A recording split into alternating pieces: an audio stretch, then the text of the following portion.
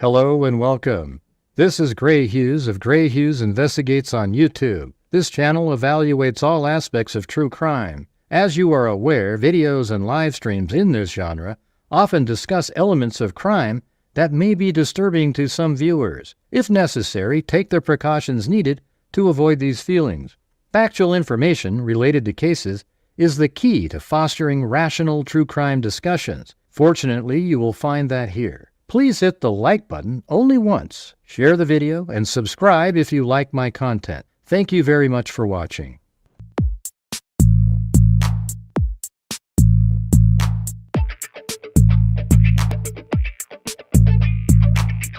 Huh? It's a house!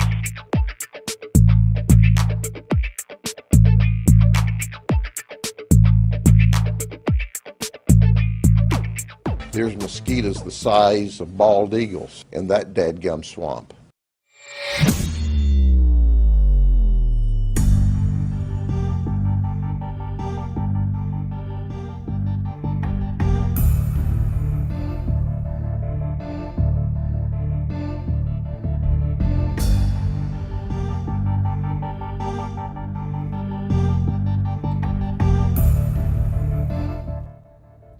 Alright, I'm trying to stream yards again, see what happens.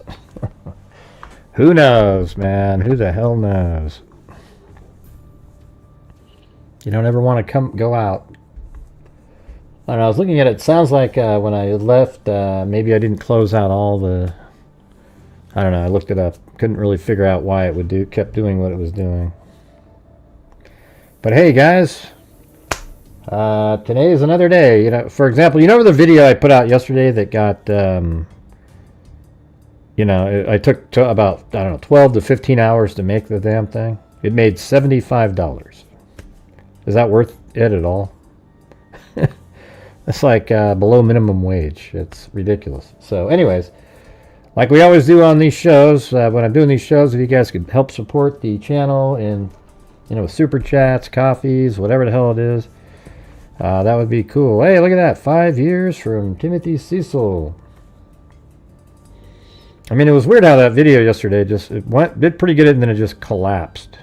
I mean, it's probably one of the best videos ever made on the timeline in the case, and it just sort of, you know, the whim of YouTube viewers or whatever the hell you call it, they just didn't, I don't know, man. I don't know.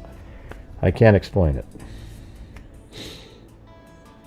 No, I said it took about 14 hours to make the 12 to 14 to make that one with all the edited, you know, the surveillance footage and me driving around, etc., etc., etc. It's crazy. So let's try to not have the show start off with 000 across the board for more than like 2 minutes. All right, this is it's already a frustrating day based on what yesterday was. Yeah, great. I'm glad it was incredible. But, you know, YouTube, here's what I need you guys to do. When I make videos, everybody take it upon themselves to go out and share the video in places that have a lot of people that watch video. Not on your Facebook page with 7 people that, you know, family members, etc. You know, put it somewhere where people actually watch, you know.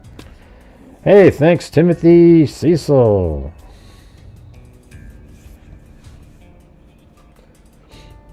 All right, so this huge, it was like this, a whole bunch of documents came out, but they're always, everybody keeps putting out documents related to the 2021 October case that was sort of similar in Pullman. It's just getting really old. I don't need to keep seeing stuff about that. It's not related. There's no connection whatsoever.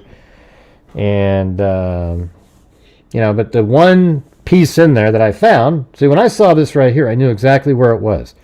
Do you think there's any other YouTuber out there that when they watch this, just saw this right here with no explanation of where it was, that they could tell you where that was? And the answer is no. They wouldn't have been able to do it because they don't know it. I've gone through all of this stuff. Immediately I knew this was the shot on Johnson because I actually drove into this parking lot, filmed the 2 cameras, and then left. And so I knew it was sort of a cool thing to have, so I found it, and here's one more new piece of surveillance footage out there. Hey, thanks, Sandy Shirley. Love you, you bastard. Love you too. Then we got Richard Watts, hardworking at finding truth. That's right. And then Alley Cake. Thank you. Yeah, so there's interesting stuff. Let's just go through this a little bit here. All right, we're going to go through that article that was out. It's kind of the same stuff that's in there, but like, we can talk about it. What's amazing is like in the video itself, I said, hey, you guys, I understand exactly why law enforcement and everybody thinks that the knife sheath was left accidentally when there was a fight with, I get it. I could see it being that too, but I also think it's very possible that it was left as a calling card. And you get these idiots that show up in the comments and say, I can't believe you think it was left there intentionally, Gray.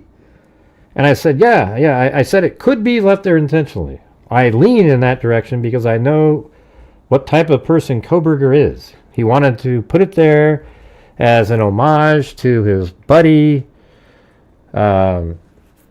And then what was the and he also wanted to have it be a calling card, etc. I think he was literally Danny Rolling is the guy.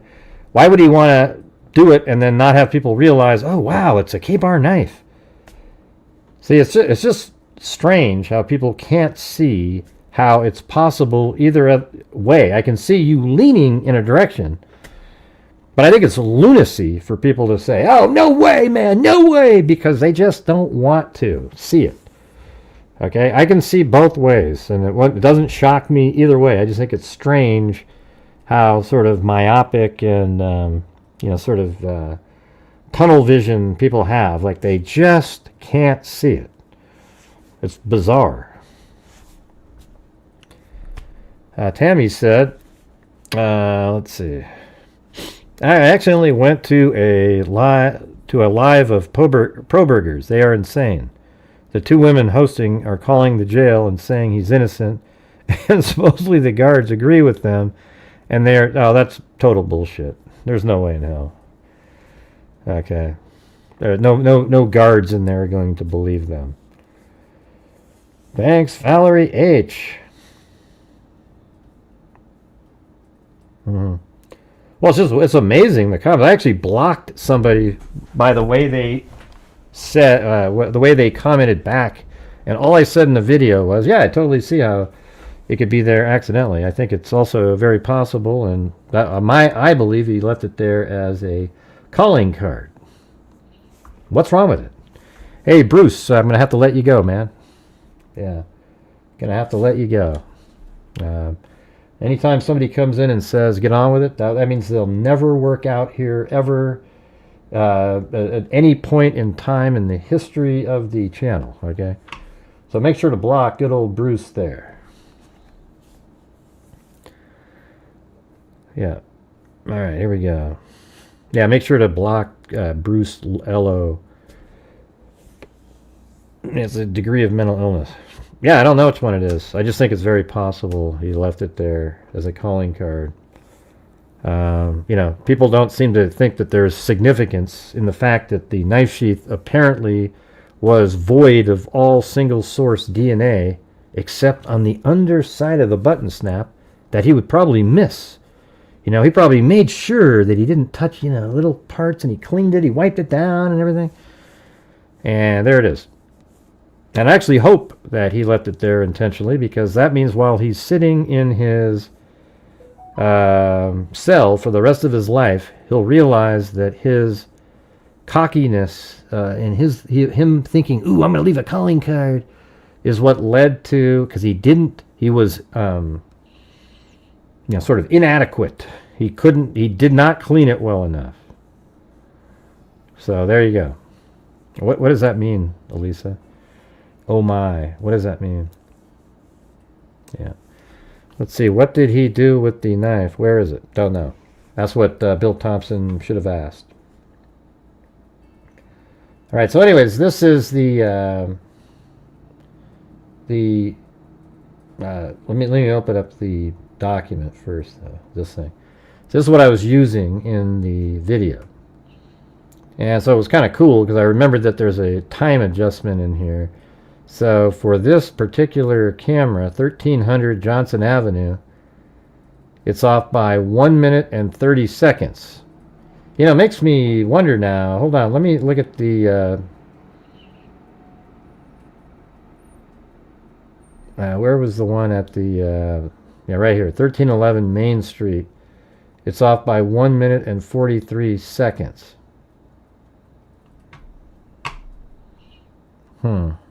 Yeah, 1311, isn't that the... let me put that in. That's the A&W, right?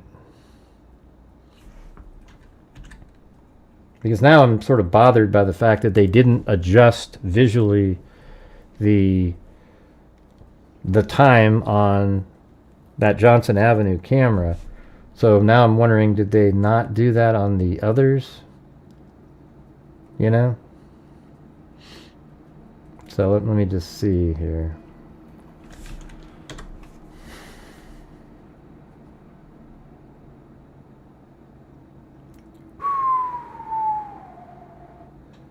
Yeah, so that is the A&W there. And they said that it's off by 1 minute and 43 seconds. And then when you go down to that time frame, which is right here, it says 3:28:56.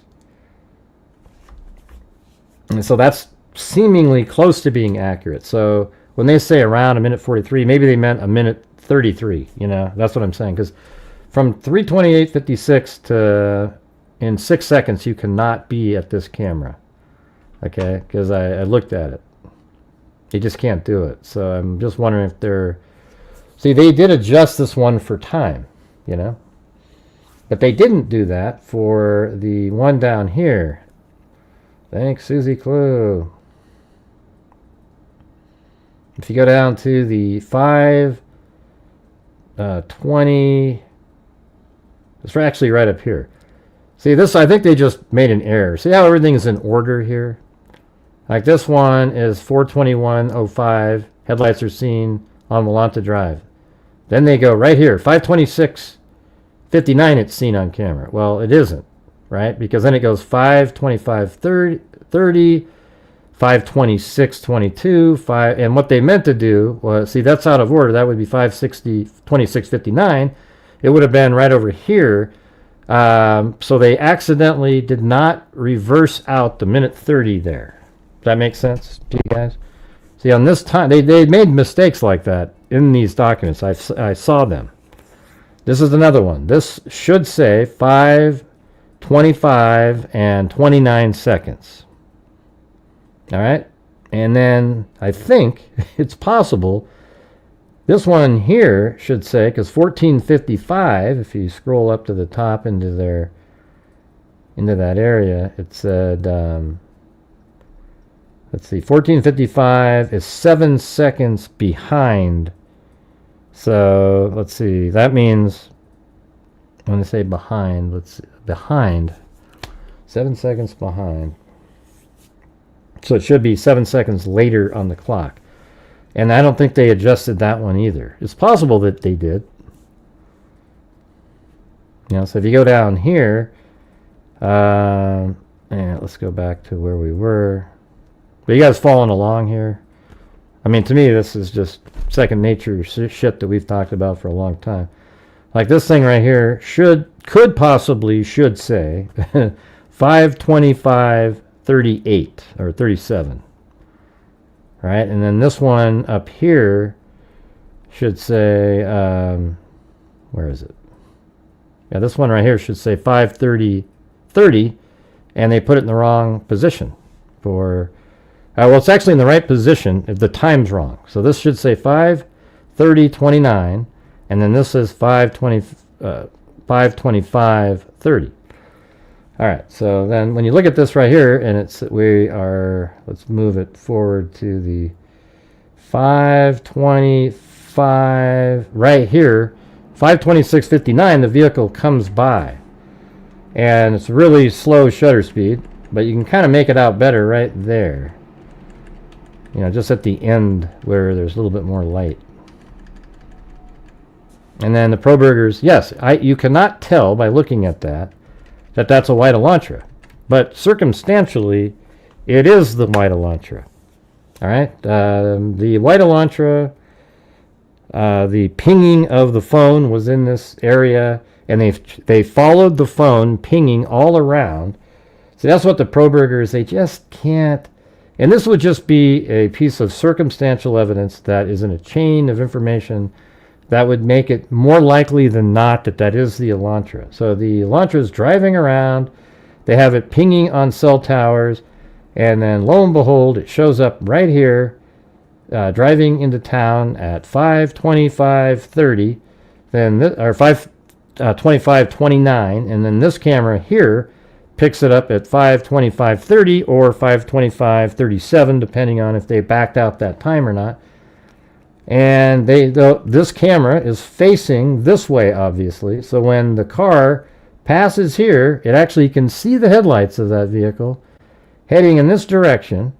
And then, so that starts at 5:25:30. So that means it took a time to get here. So let's say about 42 seconds or so to get to here. And then as it drives by, this camera at 5:26:22 sees the vehicle heading towards East Main Street like that. So the drive from here to over here might have been almost a minute. Because look at it, it's 5:26:22, so about 50 seconds. It shows up heading towards this direction. So just as this camera picks it up, it goes this direction and then goes over there. It's just really obvious stuff, you guys. I mean, this is like they absolutely nailed this guy. Hey, it's CR the Membership Queen. Thank you.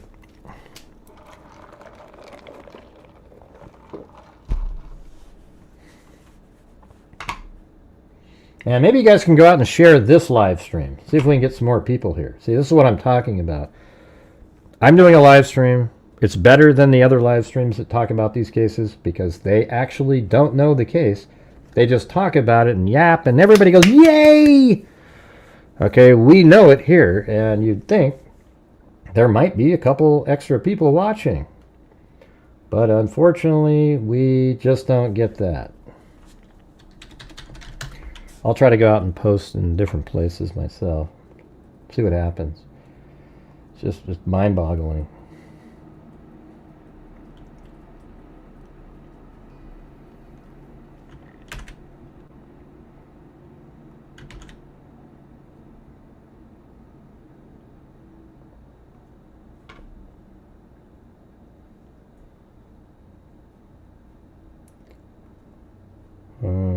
Maybe that one.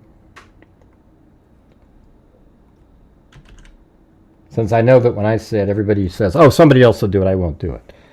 So I need you guys to share. Anybody out there, just go share the video somewhere and don't rely on somebody else doing it. All right? If you really care, give a shit about my channel succeeding or not. Because it's really struggling to get, like, on my live stream views. My videos do pretty good, so at some point I might have to decide just to focus on that. But I like doing the live streams, working through stuff with everybody. And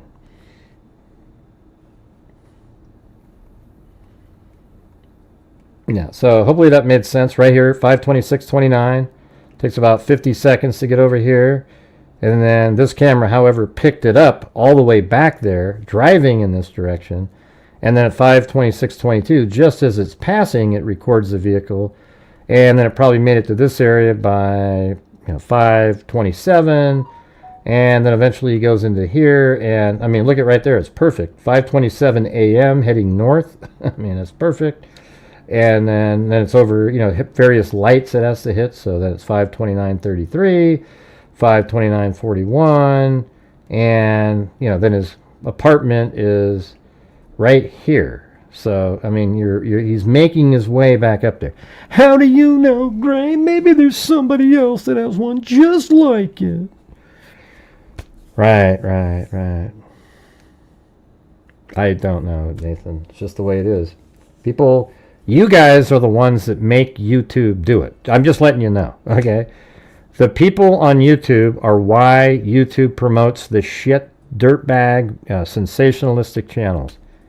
Okay? You guys are the reason. All right? The fact that, because the thing is, you literally go over there sometimes and you watch it and go, oh, wow, ooh, ooh, ooh. Ooh, here it is. And then you tell somebody else to go watch it, and people, it just creates this momentum for garbage. So, you know, I don't know what to tell you, but it's up to you guys to really just kind of go, yeah, man, this, it's wild, man. Really wild stuff. A lot of people. People, like, you see it in your feed, and you click on it, and you watch it, and go, hey, Gray, I saw this really crappy, and, well, there you go. See? Just has to be the unluckiest person on. Yeah, I made a video a long time ago called, you know, like, something about, like, Kohberger, the most unlucky person in the world. Like a year and a half ago, I made that. Yeah, you should go watch it. It's funny. I try to do it humorously, like, wow, what bad luck. All right, so that was the video that came out. That was just in this random file. There's a whole nother hour prior, but it's irrelevant to this case because he isn't anywhere. He's over at the, you know, he's killing people during that hour.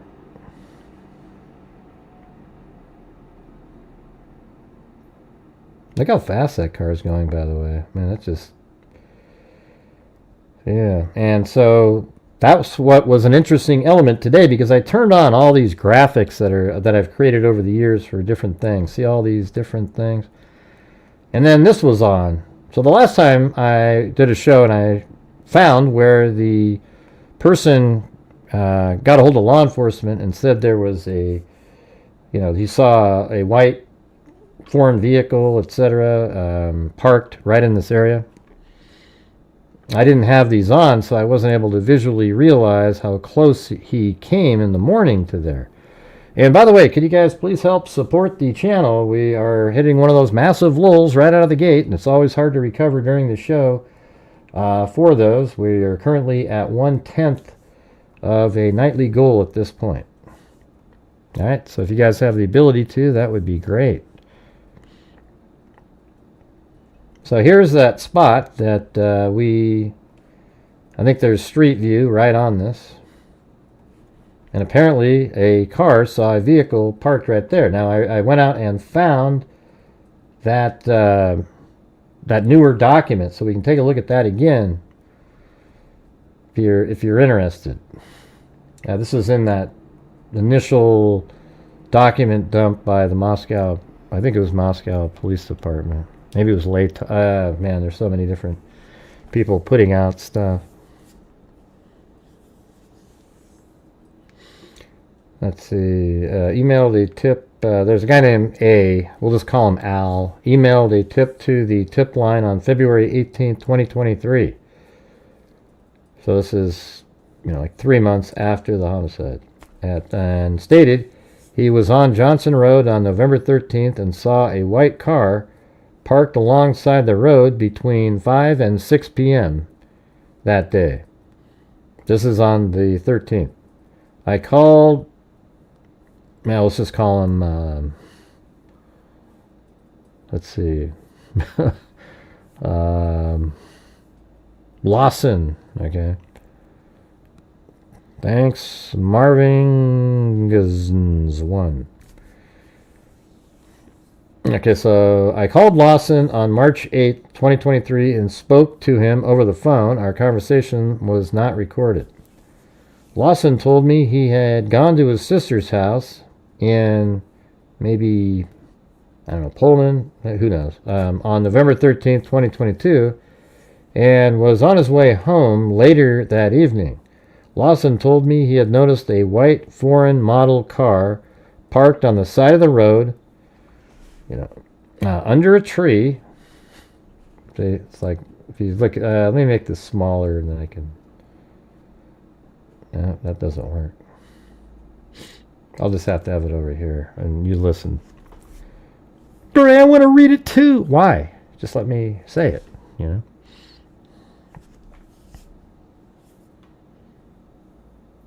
Let's see. Lawson thought it may have been Kohberger's vehicle as it was on Kohberger's path of travel the evening of the 13th. So one thing, like this guy had read the probable cause, and I mean that's one of the, I'm sort of, makes you a little bit more leery. Like if he had called on the 14th or something, it might have made more. I mean, I guess you wouldn't think of anything of it though, because why would you think Kohberger was parked out there? Nobody even knew about the Elantra even.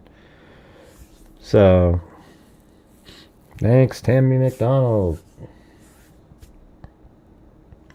Lawson thought it may have been Kohberger's vehicle as it was on the Kohberger's path of travel the evening of the 13th. I had Lawson describe the location to me, and he stated the car was under a large lone tree and this tree looks like it's broken down, like it was bigger. See how there's like a broken branch? I'm sure it was taller than that at some point. Under a large lone tree on Johnson Road between Johnson and Pullman. He added the pullout was located where Johnson Road changed from pavement to gravel. So look at this. See, I mean, I think it's right here. I mean, like, there's pavement, and then it becomes gravel. There's the tree. This is the logic that I'm using when I found the spot a few weeks back. Hey, thank you, Marvin Guns. All right. So I had Lawson describe the location to me. There's a large lone tree. He said it was where Johnson Road changed from pavement to gravel. I located the location described, so this is law enforcement, and he responded there. So law enforcement went out to that spot upon receiving permission from the property owner, J.S. It's not Jack Showalter.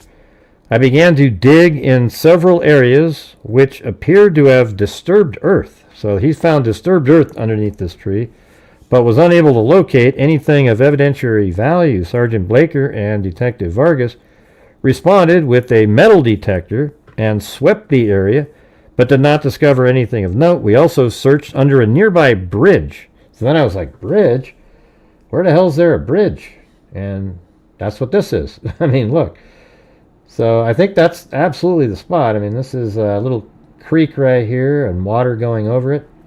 And so they probably went back there, and the other spot that turns from gravel to cement looks absolutely nothing like this whatsoever. I mean, this is absolutely the spot that he was referring to. Yeah, CR say, Gray, you mean bastard. Ooh.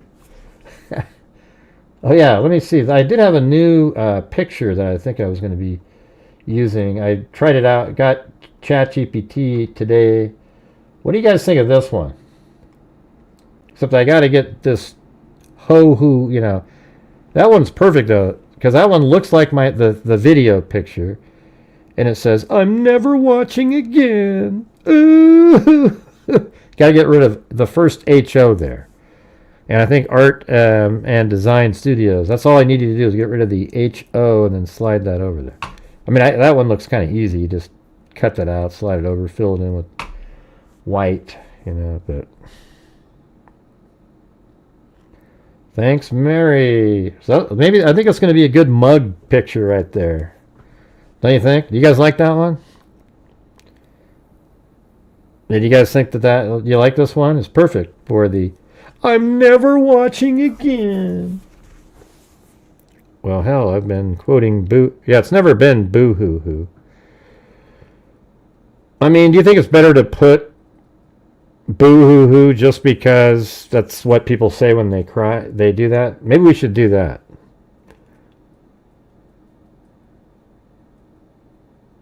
Wait, why does it have the dot dot? Yeah, get rid of the dot dot dot too. I don't know what the hell they put that in there for. I'm never watching again, dot dot dot. And then put boo hoo hoo. Yeah, so then go, I'm never watching again, dot dot dot. Then the final line is boo hoo hoo hoo. Okay? Even though I don't say boo hoo hoo hoo, that sounds more like a cry. Okay? So let's do that. Want to try to do that one? All right, cool. And if you're wondering what the hell we're talking about is, see, every time I'm on court TV, there's a band of merry idiots that show up in there like clockwork. It's almost like in some political parties on the different networks, they all say the same thing over and over and over again. Almost like they called each other up and said, hey, say this, you know. So you got these morons that do that over there. And here, let me show it to you. Yeah, boo-hoo-hoo-hoo. There you go. Let's see. I'm going to play it for you guys again. For anybody new out there that hasn't seen this, it's pretty good. All right, so that's the actual video that this is coming from. You guys see that? I'm sure they'll get the obligatory, I can't believe you had Gray on your show, Vinny.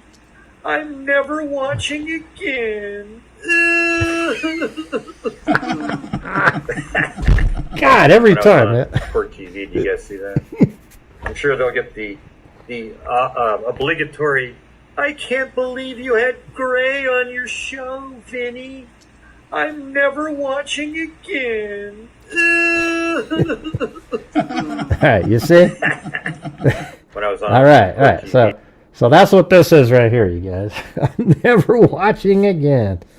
The mug that's coming out. That's right. So I'm going to do the other side. Is going to be, what is it? But Gray. That one. All right. So I'll have two sides on it. One will say but Gray, and then this is on the other side. All right. That's awesome. All right, we're still on one of those a little bit, let's see, what did we do? Did I miss something here? We got Tammy McDonald, then we had Dale, Gallio, Mary, and CR, and yeah, there you go. Thanks, guys. It is funny. In fact, somebody actually recorded that, and that's their laugh watching it when they sent it to me. I mean, it was just like, it makes me laugh. All right, so anyways, based on the information that I just read to you in this document, aren't we 100% sure that this is the tree that he's talking about? I am. It's the same road. It's where the pavement turned to gravel, and there's a little bridge right next to it, and this is the only lone tree. I mean, it's perfectly described. Right there, right?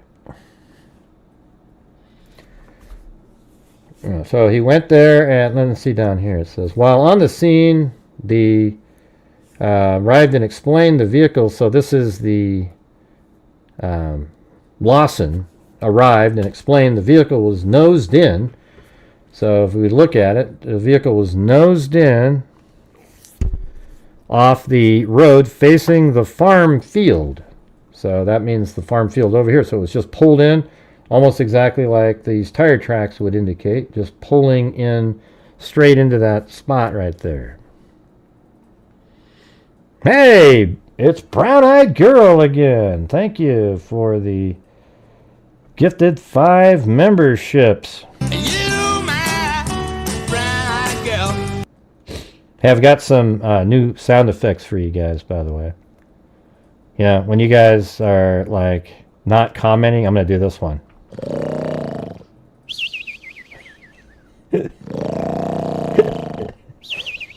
And then after that, I'm going to go like this. I'm going to throw a pipe. Hey, wake up! All right. And what's this one? Next, tonight, on Grant Hughes Investigates. What's this one? See you around. See you around. See you around. Bye. You are a curious being. I think that's when we get a Kohberger that shows up, we say. You are a curious being. All right. And then... What's this one over here? Oh, yeah, and then... Yeah, so I'm going to have that little... And then we can do our EVP, or the Spirit Box rendition. We don't believe in Spirit Box. We make fun of Spirit Box people. Gray, that's not cool. I was on this one time I watched the Spirit Box. Well, I don't give a shit if you watch one or not. They're full of crap. Anytime you use an app from an app store to communicate with ghosts, it's bullshit. Can we just get an agreement on that? Hey, thanks, CR. You still got me with the fake apple bite. Oh, yeah. Remember that one? Where is that? I think it's on Stupid is being nice. You're an absolute moron. Let's see. This one right here. I go. Like if I had an apple. Yeah, I think CR goes, man, that's a really fresh apple you got there. Hey, thank you. It mentions in the new docs, you were right yet again. Well, when you say new docs, which doc? All I see is like an article. I haven't seen any new, quote docs. Hold on a second.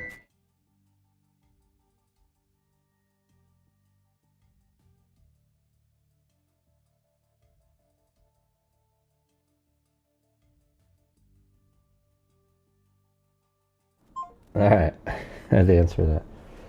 Please make I'm Never Watching Again into a short. Yeah, I actually found the clip and downloaded it, and then I just sort of gave up on it.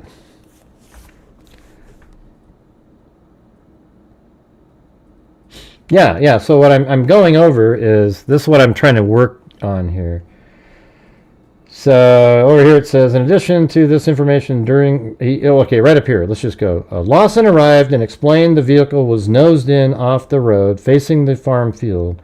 Lawson also stated he and a friend came to the spot several days prior and also used a metal detector to search the area. So it's kind of concerning that, how do we know that they're not the ones that disturbed the earth after they, ooh, maybe we got a hit, and then started digging, so I don't know. I thanked Lawson for his assistance and cleared the area. They probably wanted to see if they could find that K-bar knife. After additional visual searches were conducted. In addition to this information, during my initial phone call with Lawson, he told me he was painting the apartment of Bryan Kohberger, Brent Kopacka, the previous tenant and person named in the tips during the initial investigation. Lawson stated he could see a knife blade in the gutters of the building. I think there's actually a video in that new documents that might be talking about that, but I don't care. That's not related. So where were these new documents that you're talking about? All right. So let's. I'm gonna take that off the screen. So we do have this is the right spot. So then you go up in the air here. And then what I was wondering while I was watching the video that I put out earlier is, see, here's this weapon dump spot. How do we know he didn't take a right here on what is it? Gimlin Road. Let's see what that looks like off of Highway 195. And that's probably why he would have to have his phone on.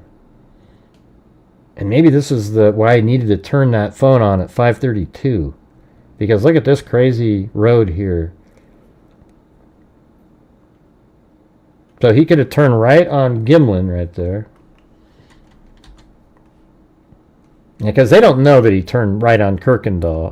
Kirkendall. There's no surveillance footage. And the tower is right here. So both of these would be north of that tower. So let's say he drove up right here and he turned on Gimlin, and he drives like this, down Gimlin, and he just stays on Gimlin, just straight ahead, and then it becomes Staley, but it's just still straight. You keep going like this. And then you get to this intersection that is the bridge that there were, it's not the bridge, but it's right next to that bridge, and you take a right, you put the knife sheath and everything there, and that right there would take about the same amount of time that it would have taken to drive here and go that way. He's just probably a little slower. And if he had a pre-dug hole there, he pulls in, throws the items into it, gets back on this road right here, which is Busby Johnson Road, and then goes straight up like that and meets up where they thought he had driven, because they don't know. And now he's on Johnson Road. He stays on Johnson, because Busby Johnson is the same as Johnson. And then he goes by the surveillance right there. Doesn't that make a hell of a lot of sense, you guys? I mean, just look at that.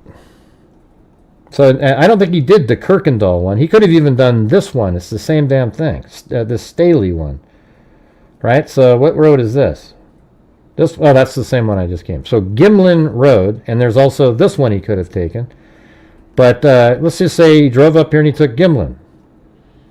And he goes right over here, dumps the items, and then drives out this way at a high rate of speed. And then later in the evening, when he comes back, he's looking, he turns his phone on at 5:32 to 5:36, and he drives there, and that's when the car was spotted here, and he's now collecting the items, because now he knows police aren't onto him, and he doesn't worry about having the items with him. But after this, there's another 3-hour period of time where he's missing. So maybe it's in that 3-hour time frame that he went and discarded it. I think this makes a shitload of sense. I'm serious. Hey, thanks, Larry Fuller and Dale Gallio. Okay, Gallio. Man, I keep saying Gallio. Well, isn't that the same? Gallio or Gallio? It's easier just to say Gallio, though. Okay, I'll try to remember that. Thanks. But man, just think about this, you guys. I'll tell you one more time, all right? So Kohberger leaves the residence here at 4:20 and 47 seconds at a high rate of speed. There's 16 minutes of missing time. Some people think he went over in this area and then came back over there. However, there's a route that goes way over here, and it comes back around, and then on this green line, if you go this way, you come out here almost exactly to the highway here at 4:48, just like that's when he turned his phone back on. All right, and it's in the exact same area as law enforcement thinks he came out at. So I think that's very possible that he went that way, because he's just throwing police off. Like he's way out here doing... Then he turns it on here. Then he drives down in this direction, and then he goes across this, absolutely rural gravel roads the whole way across, and then comes out over here, and then he drives up, and at this point he still has the bloody knife and the bloody clothing in a plastic bag in the back of his car. That's why he asked, hey, what are reasons you can get pulled over or arrested, or whatever he asked that one cop. So then he's driving up here, and then he turns, but he doesn't turn there. He goes right here. So let's just throw out Kirkendall. They're just guessing Kirkendall.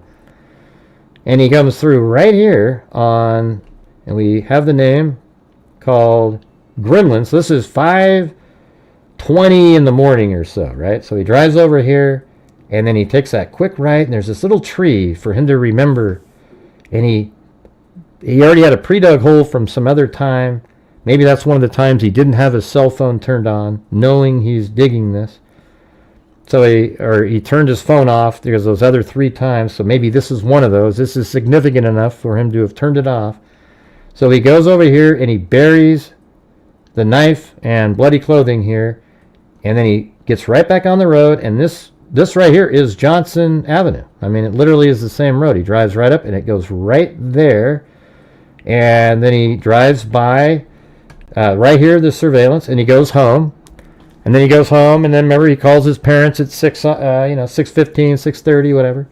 Then he gets in his, and then like at about 9, he drives back over to Moscow, Idaho. 9:15, he's driving around, and here's what I think he did when he went to Moscow, by the way. When he went back at 9 in the morning, he came in on the highway like this, and then right into town on the main road right here, Highway 95 basically, and he drove right by the A&W this direction, and then I think he took a right on Lauder Avenue, and I think he stayed on Lauder until he got to Taylor Avenue. Then when he was on Taylor Avenue, from here you can see there's no activity at all.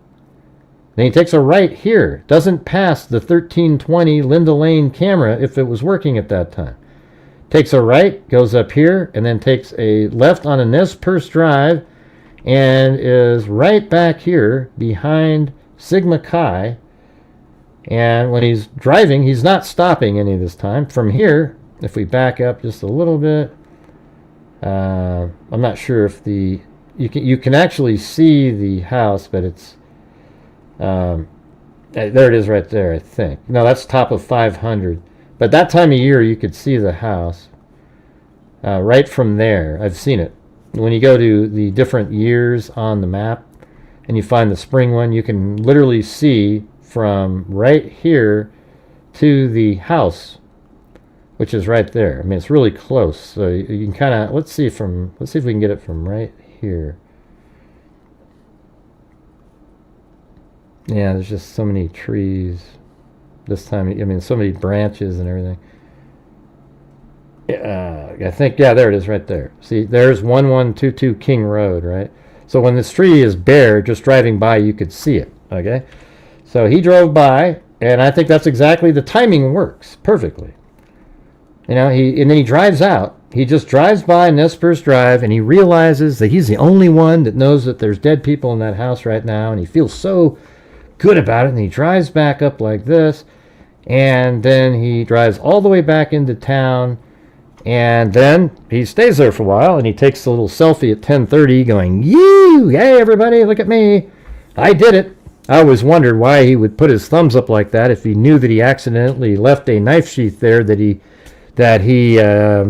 didn't clean. It's just sitting there. Oh my God, I think he'd be freaked out and panicked, but he went, "Yeah!" because he left it there intentionally, knowing that he believes he cleaned the hell out of that thing. So anyways, after that, he heads down at like 11:30 or so, maybe 12. He takes off, heads down to Pullman, Washington. Not Pullman, to Clarkston, Lewiston, Clarkston.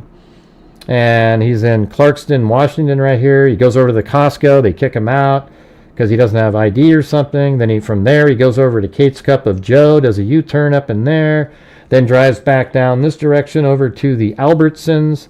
He pulls in, parks right over here, walks inside, and apparently we now know that he purchased a pre-wrapped Starbucks drink. Thanks up there, Anonymous.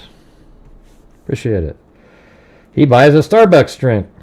And then, after that, after Albertsons, he takes off, and there's no record of his phone being on until 5:32. So there's like 5 hours of missing time. Maybe he did go to Wawa Park. We don't really know. But apparently, right near Johnson, Washington here, his phone turns on. So, in this general area, right here. So there's where a person saw his vehicle at 5:32, 5:30 to 6, they said. Now look, here's a cell tower, and there's another cell tower right here. Now, law enforcement should have an idea of which segment and sector of these two cell towers that his phone was in, and could probably say that, man, it's pretty likely that that was his vehicle, and now he's picking up the knife, and maybe he drove back. Now he turns his phone off again. And then let's say at this time, after driving over here, scouting for a place to throw the knife earlier in the day, he drives over there, tosses it, and then just heads back into town at some point, and then turns his phone on when he gets back to Pullman, Washington. Isn't that crazy? I mean, that just seems like that actually makes sense. It's weird when you just get like one or two pieces of information, especially today. I probably would have put this together earlier had I turned on all of these graphics when I located this. I wasn't even thinking about that. But when you look at that, man, he's right there. I think he just turned here and then went up. He didn't go to Kirkendall. There's no evidence that he was on Kirkendall. And the cell towers would show the same directional spot even if he turned here. It does, they just know that from here, and then they see a vehicle there, so they assumed Kirkendall, but he easily could have been on one of these, and even this one here he could have taken, and then that one would have been tough because then right there he would have had to know to turn left, So he likes to pick streets where you only got like one option. Yeah, Spirit Box people. Let me just tell you what Spirit Box people do if you're in here watching. What they do is they try to be like how I do. You work through cases, etc. But what and psychics do the same thing. And they work through it and they come up with plausible scenarios. And then they fake you into thinking that the voices in the Spirit Box are telling you the things that they came up with that were plausible. And then later on they go, think how good I would be at Spirit Box stuff. Like right now I could have said, I know, and came up with a voice or something and told you, they said it was by a tree, and I don't know. It's just garbage.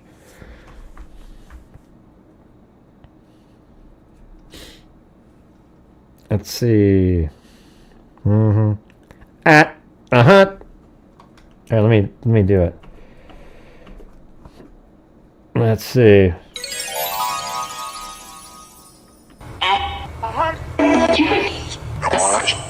Oh, by a tree, here. Man, it was a man. There's somebody here. Man, oh, hey, do you hear that? Yeah, forget it. That's actually a sound effect that I have.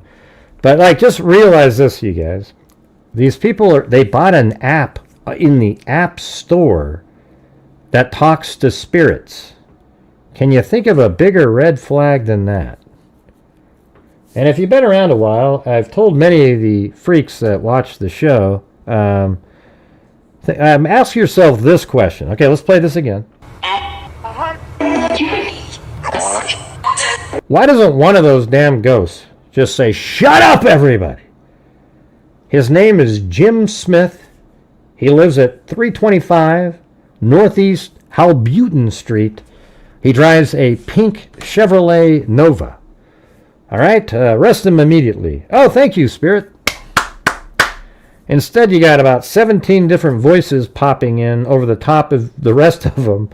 And they all say something different, so that allows you to pick the thing that matches what you want people to think. It's stupid. They know that they're doing that, too. It's sick. Right, I know why, Inspector Todd. I know everybody who wouldn't buy the Spirit Box if you had somebody with that was that good at it. You would just go, "Hey, who did this?" And the cops would use it. They would just be... And yes, I know that some cops use psychics when they're at their wit's end.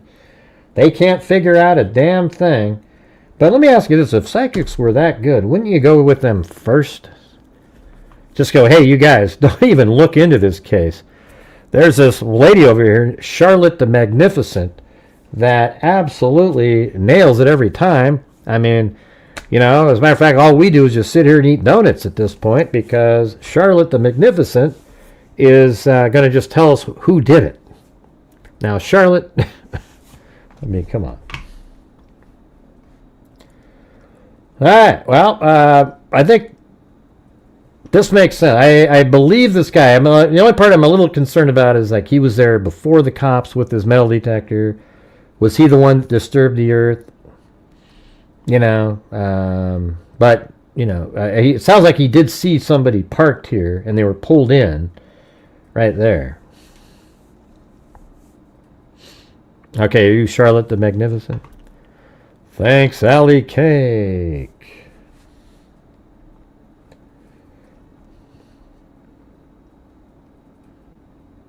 As the head shade. I don't know what you're talking about. Oh boy.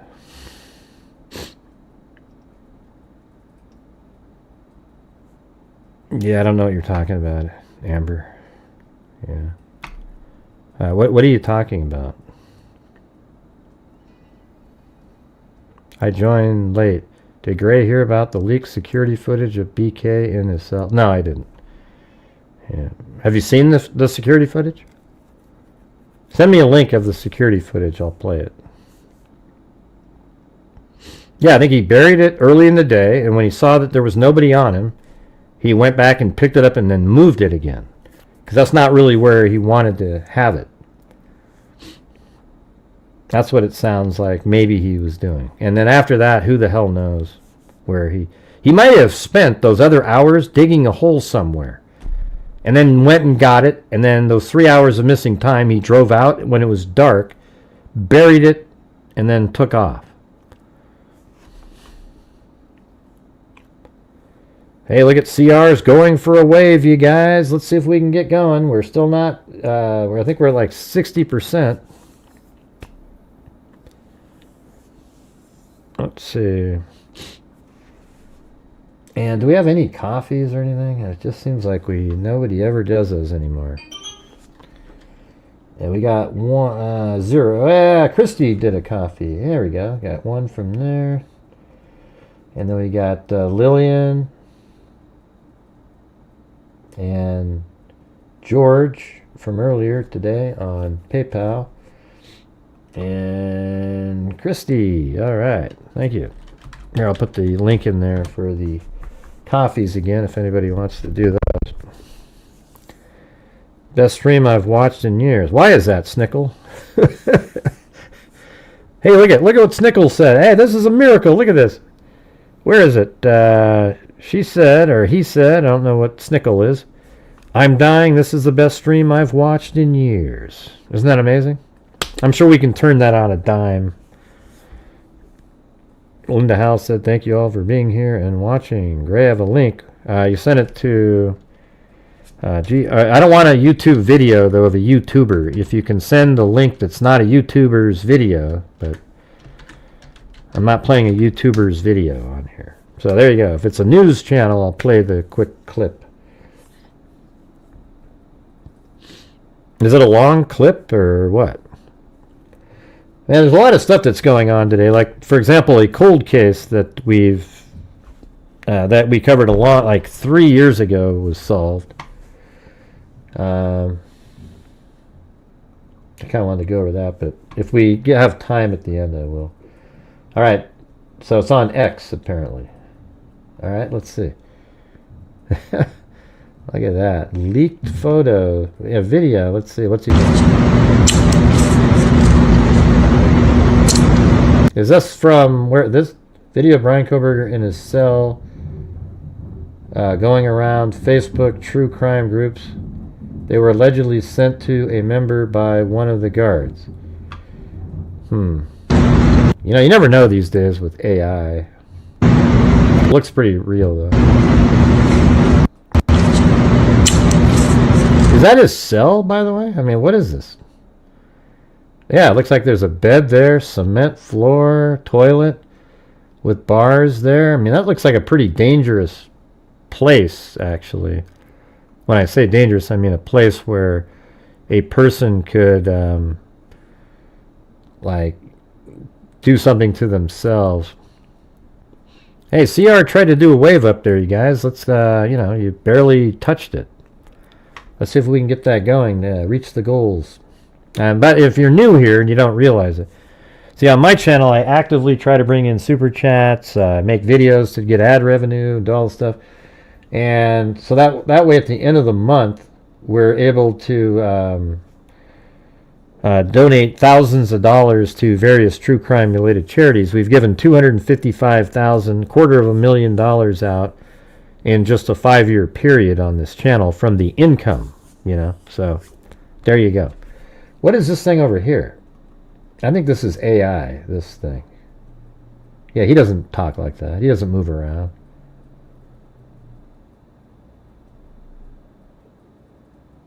Did he ever do anything like that? No, I mean, that looks too conversational. He doesn't... I don't know, man.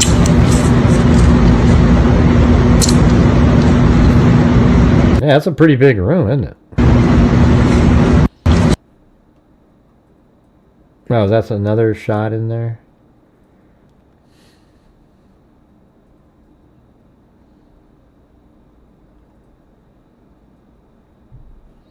If he could send me some new ones. Huh. Wonder how they're getting that. Man, somebody might get in trouble for that. Anyways, interesting. Thanks. I don't know if that's real or not. You got to keep that disclaimer on there with AI these days. Who the hell knows? Okay, thanks, Dale Gallio. I did it. They recorded him off the monitor. Yeah, I don't know if the one in his cell is AI, but I think that one where he's just rapid chatting is.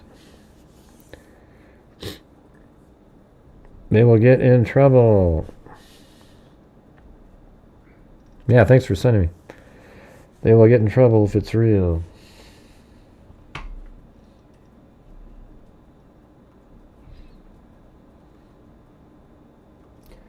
Hey, by the way, have you guys ever had that, like, back pain? Like, well, here's this new I'm just kidding. I haven't done those yet. I was going to say that, like, I get this thing sometimes, like, I'll bend over to pick up a dog, and all of a sudden, no! And then the rest of the day, it's almost like it's a spasm, or I don't know what you call it, but it's really tight, and it hurts like hell, and I can barely walk. Thank you, bright-eyed girl. Ba-da-da-da. You, my bright-eyed girl. Linda Howell said, please help support channel only if you can afford to. Best true crime channel. Yep, that's right. But yeah, it just sucks. And today, like, my left big toe was sore and my right lower back, and I was just barely functional. And then somehow my toe just started feeling better. But then what I did, you know those little orange, like, balls that have spikes on them? You know those little things? They're like that big, and then they have spikes on them, and you kind of can use them for your muscles or something. You ever seen those? So what was crazy is I went into my room, and I put them kind of higher up on my back, just above my, I don't know, whatever bone that is for your butt, or whatever the tailbone, like above there, and it wasn't real sort of work. But then I went back in there and I put them below the tailbone on sort of the upper, butt muscle, right? Whatever you want to call it. And I just laid there and it kind of sunk in, and then I stood up about 10 minutes later, didn't feel a damn thing. I mean, it was completely, like, just totally gone. You know, and I think it's like it, like relieved the whatever happens to be the genesis of the cramping or whatever the hell it is. I don't know what it is, but pretty weird. Pretty weird. I just told you it worked. All right, so let's see.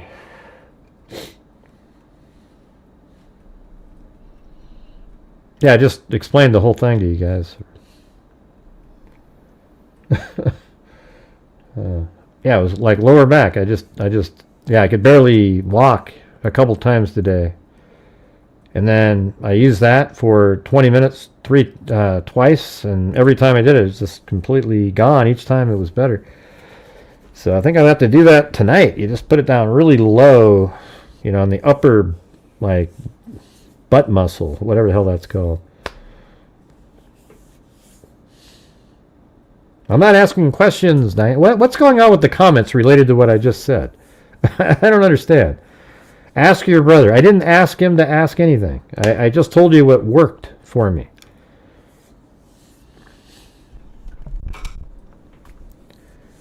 My God, you guys.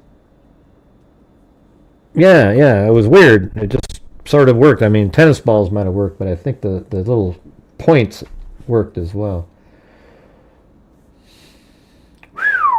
Wow. Last time I tell a story, my God, it's like,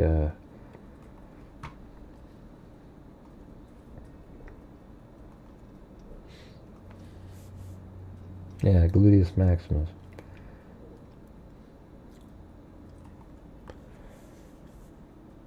Oh my god, here we got the biofreeze, I swear by it. Oh god, I wasn't asking for anything. I just wanted to tell you about those little balls that I was using. It worked perfectly. That's all I was trying to say. Is biofreeze something you can buy yourself and just spray on yourself? Yeah. But it's not being supportive, Lisa. Everybody's throwing out these things that aren't related to what I said. Like, ask your brother. I didn't say, hey, everybody, why is my lower back hurting? I said, hey, yo, so I use these orange balls that have spikes on it, and it seemed to make it go away completely. So I think it was kind of relief, you know. And then we got, Gray, ask your brother, Gray, ask your brother, yeah.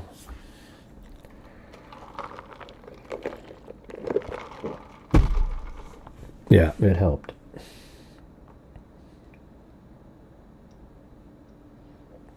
All right, we're only at like 65% of the goal, you guys. See if we can get some more support in there. Try to reach that goal tonight. That'd be great. Did you ask the spirit box? Let's see. Let me try that really quick. Oh, at a butt! It said at a butt. Stupid. Yep. Gilligan, little buddy. Skipper. Did you hear that? Man.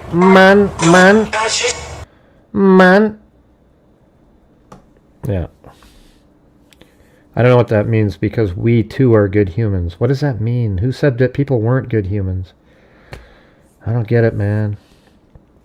Maybe the Linda Lane landlord is doing voodoo on you. Yeah, sure. That creepy guy that jumped out of nowhere and said, "Give me your phone!"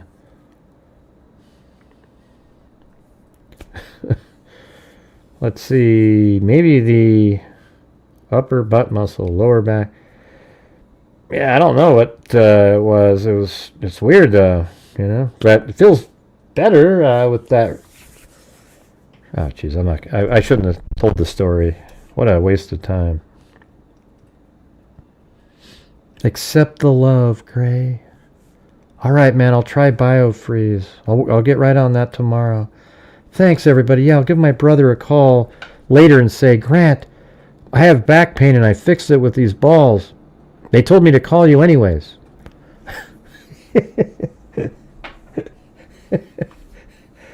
Yeah, why the hell are you calling me then? I don't know, but they told me to, and I'm just following what they said. Yeah, that guy was nuts.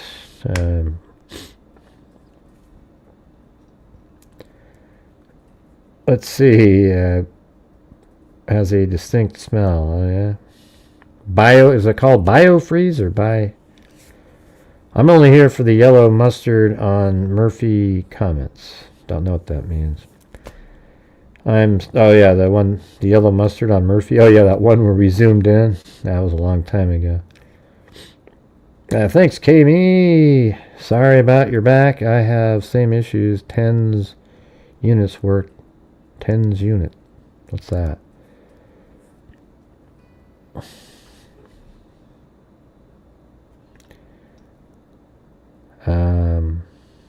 What?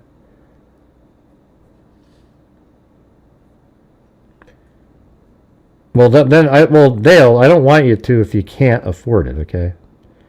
That's what I'm saying. That's what I'm trying to tell people. So right above when you just said that you support the channel even though you can't, I don't want you to if you can't. You know what I mean? I need the support from people, but if you can't, then I don't want to feel like, oh my God, this person can't afford it and they're still sending it in. You know, if you can, that'd be great. You know? I mean, I appreciate the offer and the support and everything, but I'd rather, you know, have you buy your milk and whatever the hell you're, you know, purchasing. Thanks, Lexi Staff from Australia. You can get it at, well, can you just get it at, like, without a prescription? This biofreeze thing? Oh, isn't that the stuff that Shaq has the commercial for? It seems like it just sort of hides the fact that you're you're sore. Like it just sprays it on there. Oh, you don't feel it anymore. I mean, how would it actually fix the problem, a biofreeze?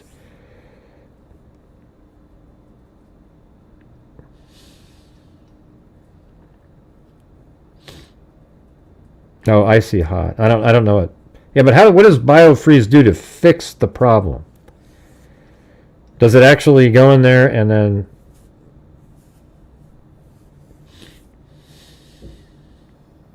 Okay, yeah, see, I need something, I need something to fix the, and that ball seems to, like, got in there and, like, made those muscles relax and fixed it.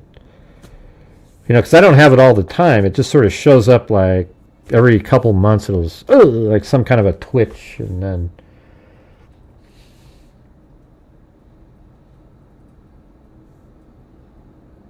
Yeah, we already know that. Somebody sent me, he downloaded stuff on serial killers. Yeah, we covered that whole thing.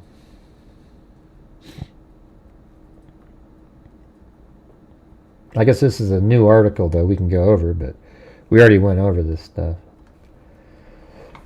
I like the Walmart brand.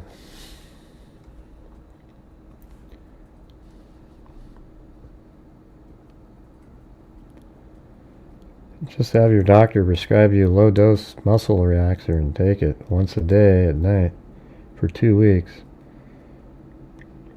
Yeah, I just do like ibuprofen and the orange ball that I told you guys worked like a charm. I mean, it was amazing. It was, like, literally gone.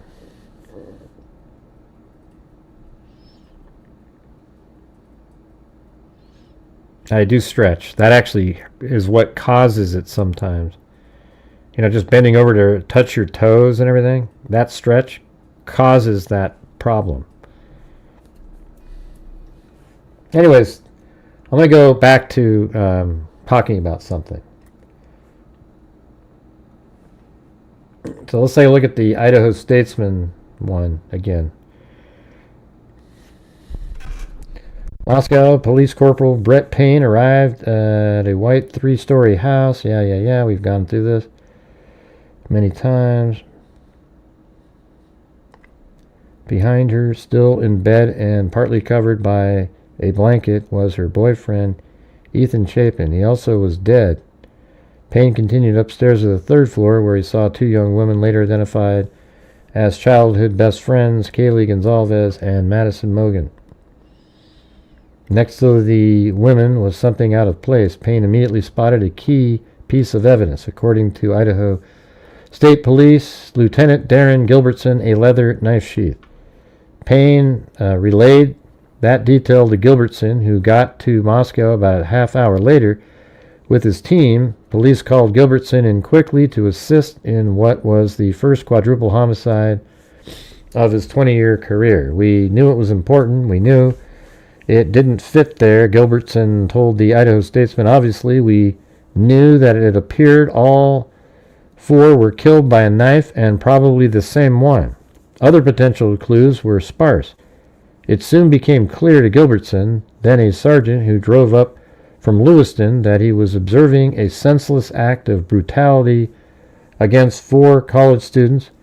He told the Statesman what he called a true whodunit. What would, that would require all of his focus to try to solve. We knew it was important. We knew it didn't fit there. Obviously, we knew that it appeared all 4 were killed by a knife, and we already read that. Moscow police officers secured the home. Hundreds of reports released by the Moscow Police Department and reviewed by the Statesman showed police quickly cordoned off the area and began tasking officers with various assignments. This is probably the one that was back in the back. Although this must have been a day later, to have a photographer up here to be able to take that picture. They must be just in the woods. I don't think you could take that picture from the parking area. But hey guys, if you're watching the show, if you could please help support the channel. We're trying to reach the goal tonight. We just have these little, sort of just trickles. We got to get to the numbers. We didn't reach the goal last night or the night before last. We're still trying to make up for that one. Last night we barely made it over, so that kind of made up a little bit of that. But you know, if you enjoy the show and you like the stuff that we do here, maybe when you're watching, you just consider like, hey, I'm tipping a waiter at a restaurant, except mine's a 3-hour, 40-course meal that even includes some laughter from time to time.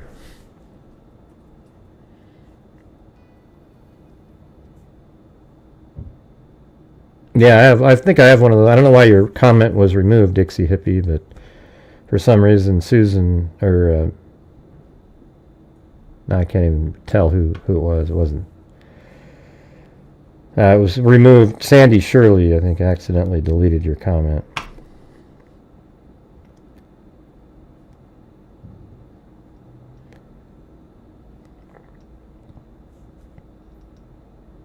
Yeah, that's ridiculous, Frisco one.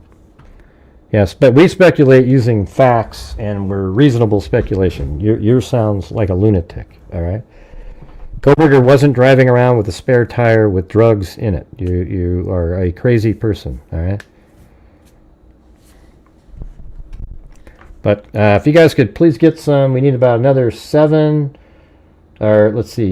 channel memberships to reach the goal tonight. Can you guys do that? You know, give them to other people, and then after that, I'll donate 5 memberships myself.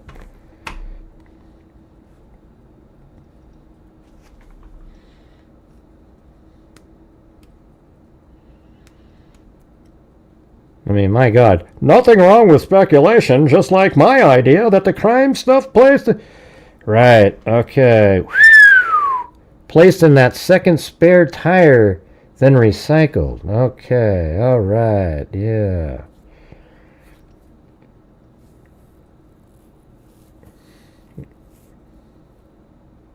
Have you seen the video with the dishwasher and what the hell is lighting?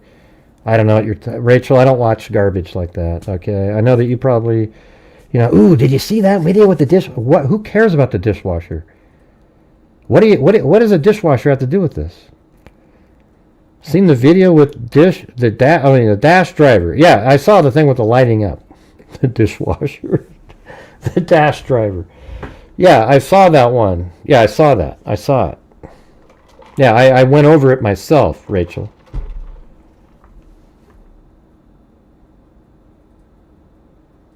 And there's nothing lighting up when the dash driver is there, okay? That light that you're seeing, that light. No, it wasn't odd. There was nothing odd about it. Yeah. Hey, thanks, Philip May. What did you think was odd about it?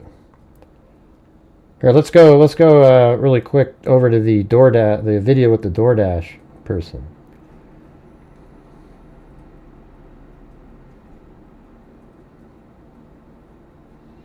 What's odd about it? What time was it at? Yeah, right. She has a cell phone in her hand. What else would it be? Right. Yeah. What light are you talking about, though? Come on, I'm just trying. I don't know, man. It's just so bizarre, the things that people focus in on, you know? Yeah, I've seen every single video. I'm the one that slowed everything down so we can see it.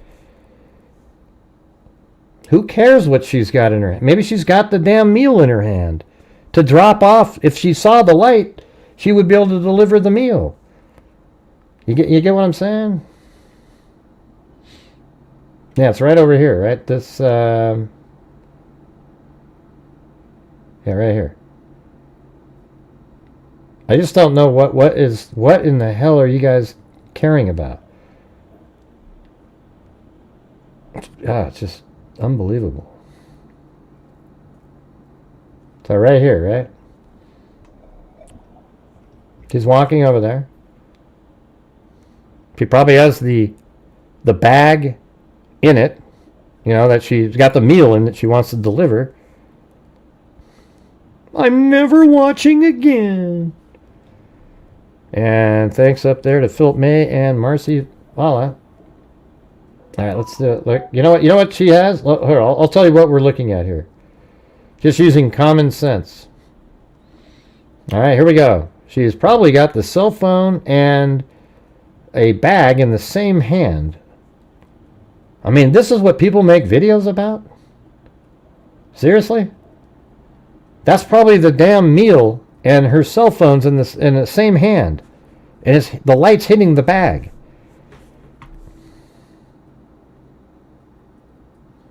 I think it's an actual, a small gray alien that's running right next to her, and he's got a flashlight in his mouth tricking her. He's only about 4 feet tall at the most.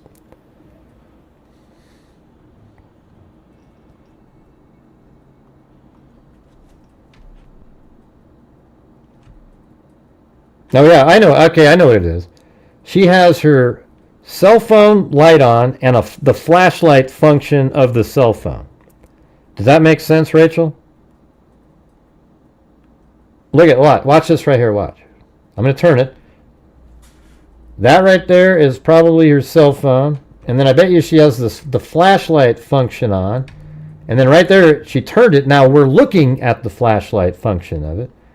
And then now it's back down again. Now it's by your side, and the flashlight function's still on.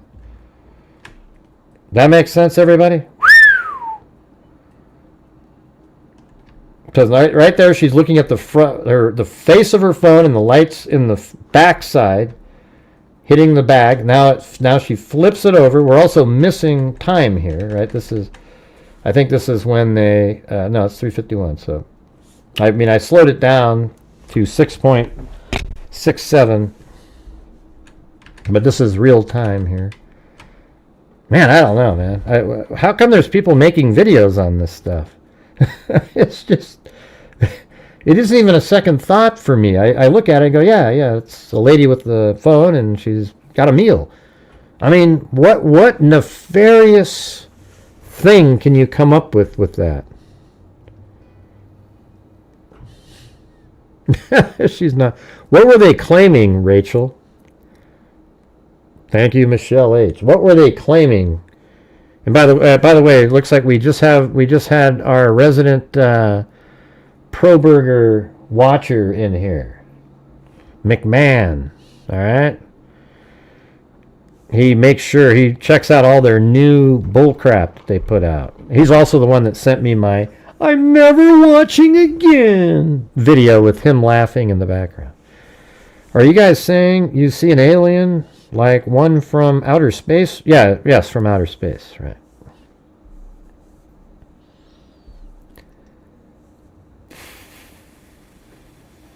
Thank you so much, Michelle H., for gifting a membership. All right, I don't even know where I was now. All right. The next day, other officers canvass. Okay, then the next day, November 14th, investigators focused on what could be the key to unlocking the entire case, the tan leather knife sheath. It was stamped with a U.S. Marine Corps eagle, globe, and anchor emblem and designed for a K-bar knife. A former U.S. Marine, Gilbertson, had particular familiarity with the lethal weapon issued to members of that military branch, and he knew with certainty that someone wielding the combat-style knife could have carried out such carnage, he added.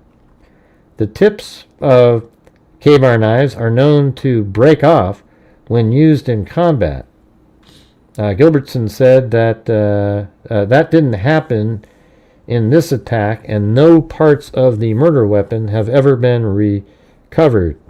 Troopers drove south to Meridian the day after the murders to hand deliver it to the Idaho State Police Crime Lab to begin inspecting it for potential DNA. A police spokesman, Ann Dallinger, who was captain with the department at the time, denied specific inquiries into K-bar knives around town. No, but they did do that. People at the outlets were saying, hey, they're asking for a K-bar knife. why does it say department at the time denied specific inquiries? Well, that's a truth that they're denying. Now, we wanted to protect that information from any potential, the suspect. Well, no, you didn't, though.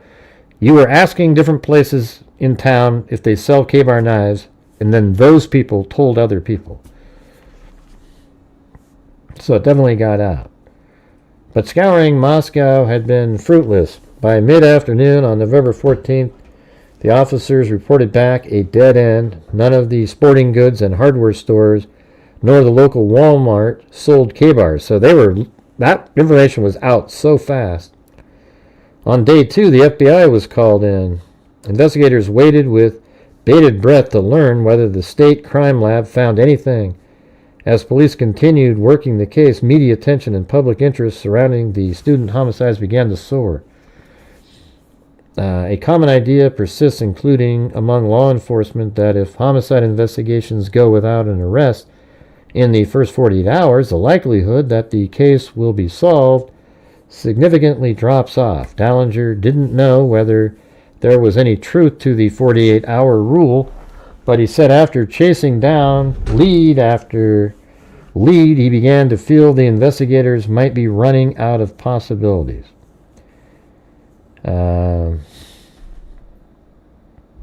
Let's see. 4 days after the homicide, on November 17th, an officer reached back out to the neighbor to obtain footage, but learned she left Moscow until the end of the month. Is that from this house? The next day, another person who lived at the house was able to pull up the footage from the night of the killings. Man, that must have been just crazy. So they didn't even have this footage till the 17th, but I think the Goncalves already saw it. On her phone and screen record, she gave the videos to an officer who also took the entire camera and router as evidence. The videos showed a white sedan that the FBI eventually identified as a Hyundai Elantra circling the King Road neighborhood several times before it sped away. And I made a video just recently that, if you didn't see the one I put out yesterday, then you've missed the best video that's been made on all the surveillance in that complex right there. It's got every single bit of it. And if you're not interested in real facts and evidence, then you might not watch it.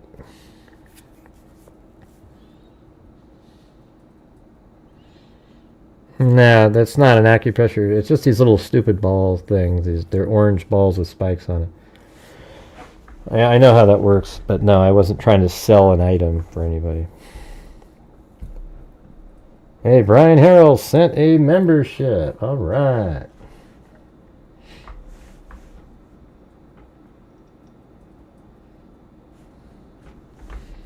Still got a few more to go. Maybe 3 more memberships, and then I'll donate 5. I just did the math wrong a minute ago because some of the memberships were... So the FBI, not the law enforcement. So the FBI was framing... Nobody framed anybody, Carolina. Okay. Listen, here's the thing. Yeah, that's probably what the Kohbergers say. Sure.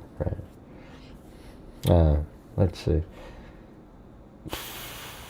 The video showed a white sedan. Yeah, it says, as investigators extended into the first week, law enforcement was still waiting word from the crime lab. The rest of it was just good old-fashioned police work. And by the way, if you weren't watching my channel, within the first week of the murders, I asked a forensic genetic genealogist, Misty Gillis, she was on my show, and I said, how quickly, if everybody, the labs dropped everything and prioritized a DNA sample, how quickly could they get this uploaded into GEDmatch? And then we eventually settled on like 3 days. Because I said this is a case they could deploy rapid forensic genetic genealogy. And how prophetic was that, man? Because just a little bit later, boom, that's exactly what they did. And, of course, nobody knows.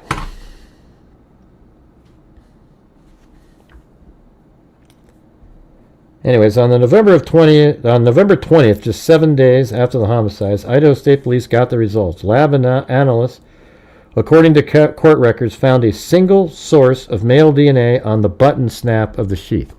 Isn't that just something that should be mildly interesting for the fact that it was left there intentionally. Thank you, CR. The next day, a police sergeant drove down. Then they ran the profile through FBI's national DNA database known as CODIS, but received no match. That means Kohberger had never had to enter his DNA into the system prior. The next day, a police sergeant drove down from Moscow to Meridian to retrieve the DNA profile from the crime lab to take it out of state for help to try identifying it. They gave it to Othram Labs. He boarded a flight from Boise to Houston on November 22nd with the DNA packed in a vial inside an envelope sealed with evidence tape and placed into a box from the lab in a backpack. I don't think I would have gone on a plane. He carried on and never left the site, according to a police report. The sergeant brought it directly to Othram Lab, a private forensic lab in Texas that works with law enforcement and unsolved cases.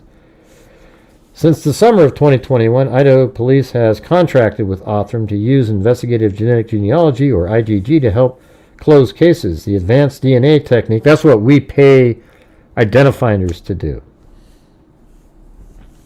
The advanced DNA technique, which includes leverage public ancestry databases to build a family tree and work backwards to narrow the list of possible suspects.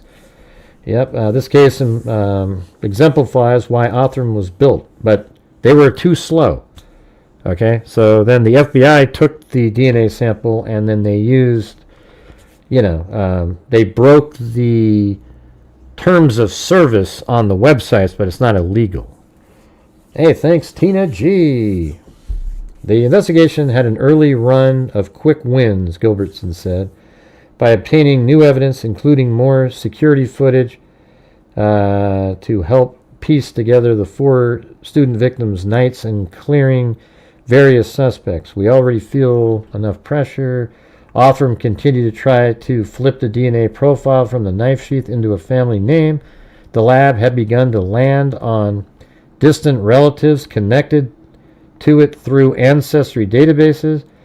On almost a daily basis, Dollinger said investigators would have another possible suspect to rule out. They chased claims that a dealer was selling drugs to... see, this is where these Kohbergers, idiots, they stopped here. Fraternities and sororities on campus, according to records, and a tip about a man in his 60s in Kitsap County, Washington, near Seattle, who drove a white Elantra. Investigators also reviewed sale records of K-Bar knives from all over Idaho and Washington. One of the reports showed from a Boise Coeur d'Alene to Spokane to Seattle. We were trying to find whatever connection we could, and we were looking at all potential angles. Investigators reviewed bank records. Investigation dragged on day after day. And then, needing a spark, investigators asked Othram to halt its efforts after it built the DNA profile needed for use in IgG. The FBI stepped in and took over. Federal agents were handed full access to the profile on December 13th. I mean, that's crazy because they came up with Kohberger's name on the 19th, 6 days later. So Othram had already started building a tree and they just kind of filled it in. And then it says, that's why when people see, like when Philip May just said, dude was a wannabe serial killer. That's exactly why I think he left the sheath as a calling card. He wanted to do all the cool stuff that serial killers do, the special serial killers, the ones that leave little, I think that's what he's doing. And he blew it. And he'll never admit it, and we'll never actually know the answer to that question. And then it says, they had further resources and some capabilities that we thought may get us somewhere quicker, right? And then just 6 days later, on the evening of December 19th, Payne and Gilbertson got a call. The FBI had a name, Bryan Kohberger. It was absolutely surreal, just absolutely incredible. Disbelief, Gilbertson said. Any cheer was brief. And, oh man, think how cool that would have been for them. Oh my God, we got a name. And now they're going to dig in. Kohberger was a graduate student at Washington State University, just over the Idaho state line in Pullman. He hadn't been brought up as a suspect to that point. His 2015 white Hyundai Elantra. And so here's the thing, everybody. He was pulled over on the 16th in Indiana twice in a 15-minute period. And everybody, FBI and the investigators all say that was just coincidence. Man, that's pretty startling. But he's a shitty driver, though. I mean, look at how many times he got pulled over. So, maybe we got to look at it like that. Maybe it is possible he just got pulled over twice. But I can tell you that when he got pulled over twice, that's when he just started freaking out. All right, see if we can get 2 more channel memberships, and then I'll donate 5 myself. And then, if you guys could, if anybody's out there and you feel like you can help support the channel, that'd be awesome. We're just trying to reach the goals at the end of this month. We were doing pretty well this month, and then we had a day that just went...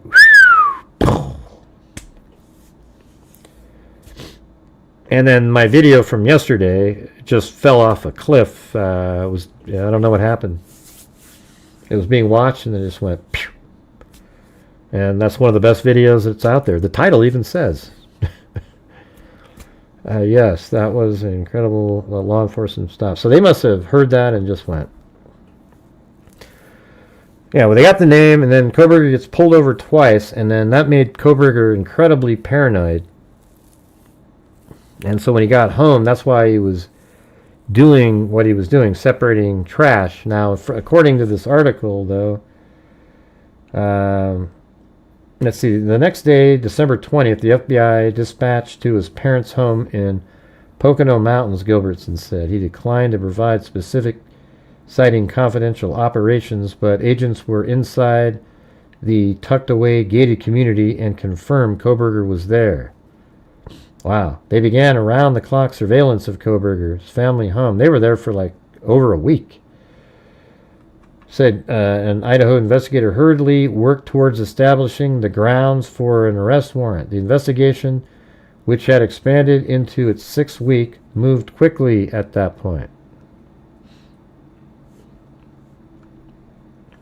On December 23rd, Payne received a search warrant for the location data from Kohberger's cell phone. It showed at least a dozen visits to... That's in the... Yeah, I mean, it got bigger than that later. And then he was arrested based on... Let's see. On December 30th. So the FBI was in that neighborhood for 10 days.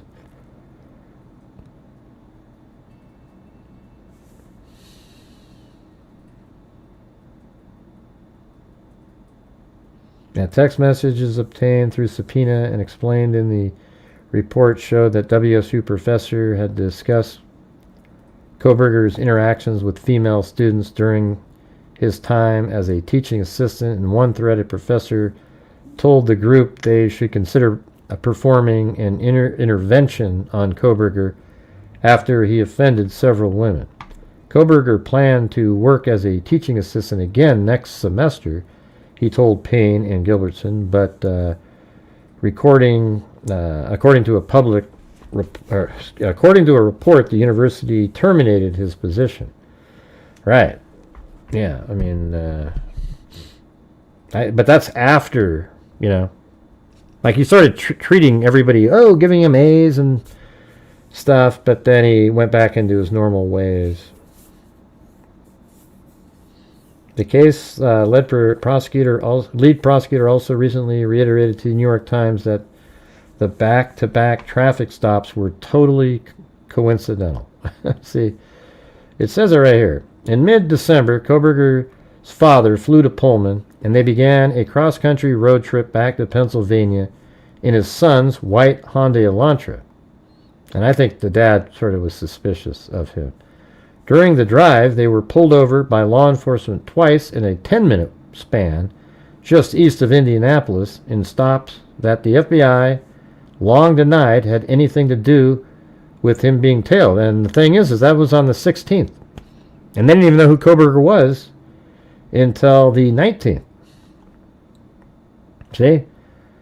Pennsylvania. That was December 16th, and the FBI had not landed on his name until December 19th. The case lead prosecutor also recently reiterated to the New York Times that the back-to-back traffic stops were totally coincidental.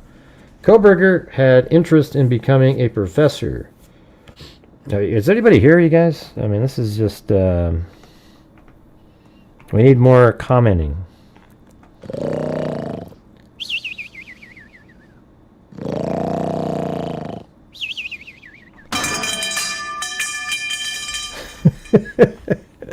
That thing works pretty good. Hey, thanks, Eminem. Which part, Dale? Yeah, I did say that on a show. I was saying, wow, how would they have known to track him when they didn't identify him until the 19th? So that means his whole drive home, they had no idea who he was. Remember how we always kept hearing from people, oh, they were aware. They had people following him as he drove home, and then they lost him for a while. Then his car showed up on a reader somewhere. Remember all that bull crap? Where does this stuff come from? It's just unreal, man. It's crazy. Yeah, the police stopped him on the 16th, and then the 19th is when the FBI came up with his name. But that stuff right there feeds into the Kohberger's hands. Oh, that's crap. They obviously knew who he was. You see? They already knew who he was, and they were making the DNA fit him. So, of course, they were already having him tracked. That's why 2 cops pulled him over in 10 minutes. But wouldn't you think, though, that if cops were going to be pulling him over, that they would be coordinated? And then you wouldn't pull him over in a 10-minute window twice? See, that would all be orchestrated. Okay, hey, Indiana, pull him over. All right, next state. Don't pull him over anymore. You only do it once on a trip.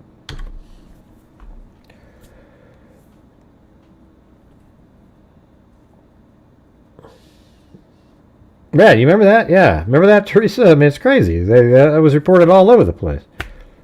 I'll tell you what. I think what we've learned in this case is how inaccurate the books and the specials and all the stuff that we kind of relied on as like, okay, these guys must have these really great sources, were pathetic. I mean, error after error after error after error. Just crazy. During the overnight surveillance in the days leading up to the arrest, Kohberger was observed once very late at night walking in the dark clothing around his parents' neighborhood. But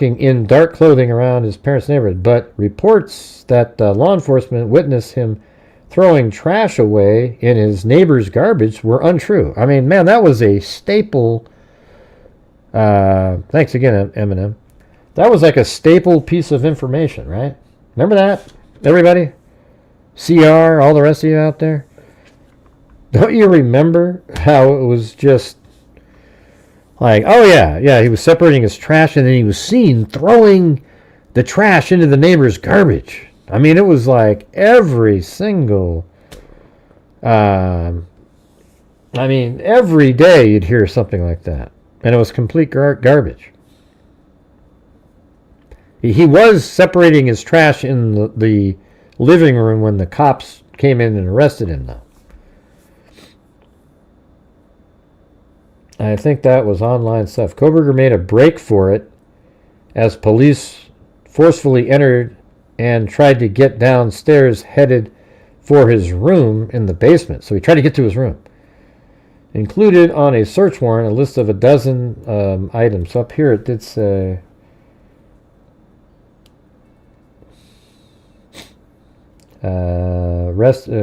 Kohberger was already awake upstairs and appeared to be sorting miscellaneous garbage. So he was sorting garbage at the table when he was arrested. So that's real, but he wasn't throwing it into the neighbor's garbage cans. Where the hell did that come from? Yeah, I think he did. That was his route, like through call. I think after the fact, they probably were able to find his car reader. You know, the license plate readers showed that he went through Colorado or something.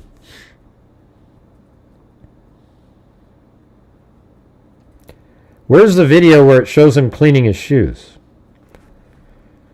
I saw the video where he's standing up in there.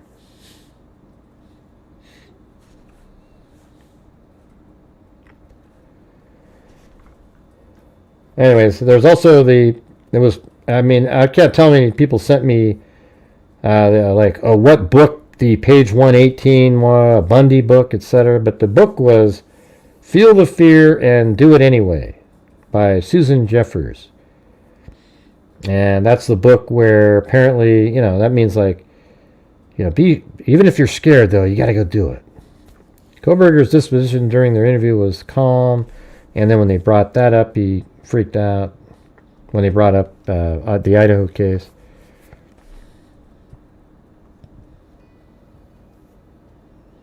Yeah. Hey, Dexterity, we don't advertise other people in here. All right, you know that, though. Just send me the link to where it can be seen on Twitter or something like that. And to be honest with you, I don't care. Here's the thing, everybody. I don't really care that much what Kohberger's doing now. I don't care about that he's people are heckling him in prison. That's just sensationalistic, sort of like, oh, okay, there he is. But it's not. It's wild how that's so important to everybody. Who cares? What I care about is trying to still get all the pieces together so that we know exactly what happened in the case. Who cares if he's cleaning his shoes in prison? Do you really care about that? Yeah, it's kind of cool to see a video really quick. Oh, he's cleaning his shoe. Okay. What else are you going to talk about? What is there to say after that? Oh, yeah, there he is. He's cleaning his shoe. Now, let's wonder, was he using that particular grease, that one brand? What's the name? Who gives a crap? I mean, I think what we're doing tonight, especially on the earlier portion, is interesting. I think it makes sense that Kohberger hid the items right by that tree in the morning and then picked them up later, because it's right near where he was in the morning. And that's why law enforcement said at 5:30 it's consistent with where he traveled after the homicides, and now it's even more consistent because it's within 1.5 miles of where they think he was on Kirkendall Road, but I think he actually drove by there. I mean, it's okay. I don't mind seeing the video of him, but what do you talk about after you show that video? You get it?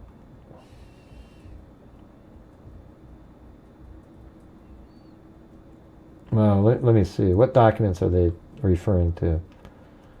Are these the I could see a female. Is this the Pullman documents that he's going through?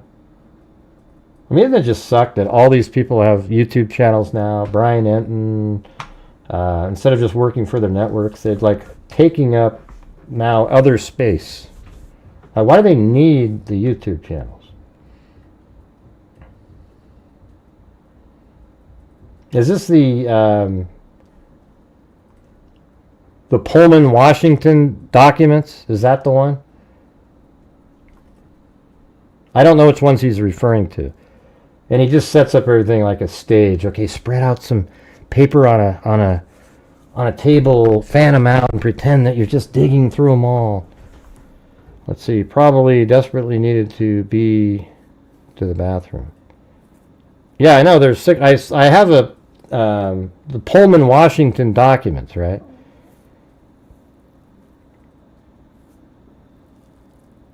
Does he say where he received them from?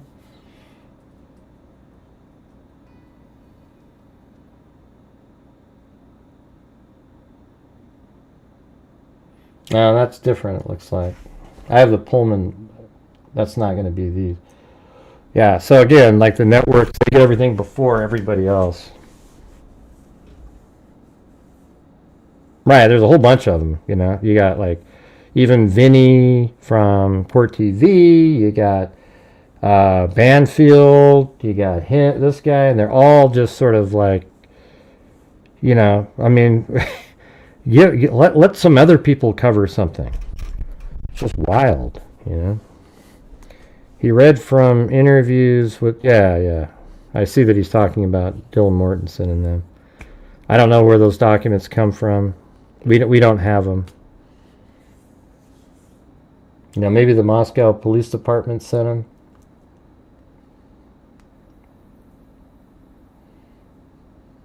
Mm-hmm.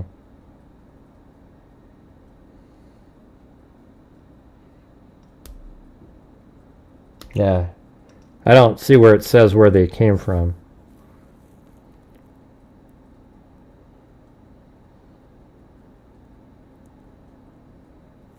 What do you mean? Yeah, it is. It just sucks, you know. But yeah, at least my channel's still hanging in there. I mean, I put out factual information more than they don't even know what they're looking at. These people, when they're reading through it, it's like, oh wow, it's just the quick little, you know, bullet points that are interesting that people will salivate on. But like how it fits into the bigger picture, they often just don't have any idea because they're constantly churning out different I don't know. It's Idaho State Police. Yeah, I sent a request into them too. Yeah. Didn't get a damn thing. Now I see the Pullman website. That's not what the Idaho State Police is different than them.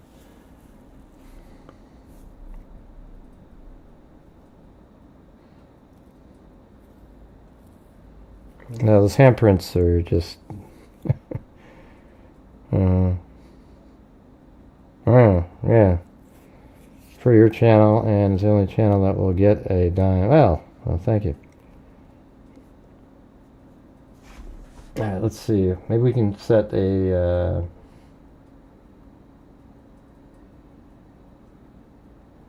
alright. So if we get $15 more worth of anything, then I'll donate the 5 memberships. Because earlier I counted up it wrong. Alright, so that'll get us to the goal. Then I'll send 5 memberships in, and then we'll have, well, if you guys do 3 more channel memberships, we'd have 25, and then if I did 5, we'd get 30 people gifted channel memberships.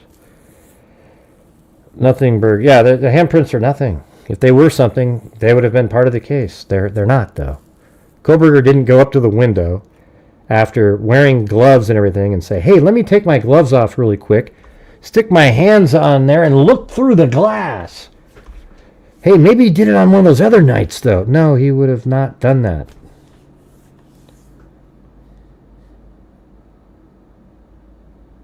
Yeah, I know, Dana. See, those aren't the ones, though, right? Send me the link to what you're talking about, okay? Because I have this one right here. Look. See this? Is this what you're talking about? Pullman. And then access these records and these things right here. Yeah, 1, 2, 3, 4, 5. I have these. A lot of these are completely useless. This is where I got that surveillance footage. But they don't have any of their other surveillance. They don't have the one on the next building. They don't have the ones through Pullman. Any of that stuff. Is that what you're referring to right here? Yeah, this isn't the 600 pages. They're not here, you guys. Do you understand what I'm saying? This isn't where the 600 pages are. I mean, I guess it's possible that I got 600 pages. Let's see, documents. Let me just select all of this and see what it says. So if I hit properties, there are 631 files in 17 folders. That is in there. So this could be what he's talking about. But you said it was from the Idaho State Police a minute ago.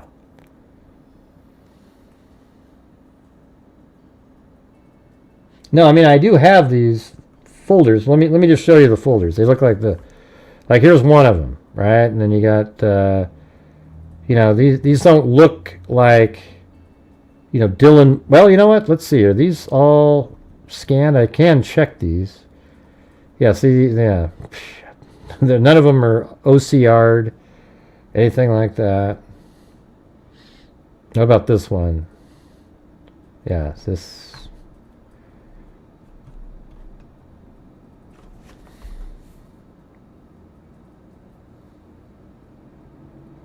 Yeah, see, this is that other incident in October of 2021.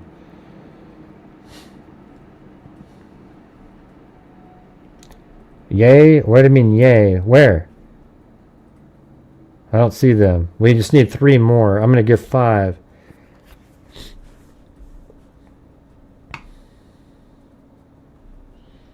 Yeah, and see, none of these. Well, I guess that's OCR. Let me see if I can just do a Control-Shift-F. And then I'm going to, let's see. I'm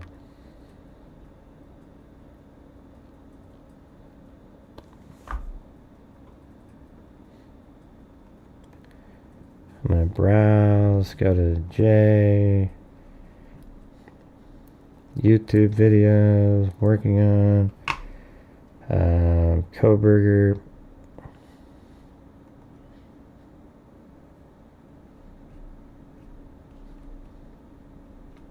Everything's backwards in here. Alright, let's try it. I'm going to look for the word Dylan.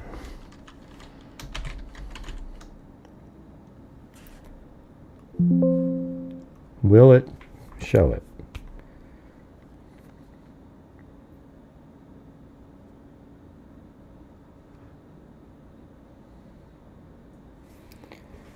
I don't know. Somebody above said this was the Idaho State Police.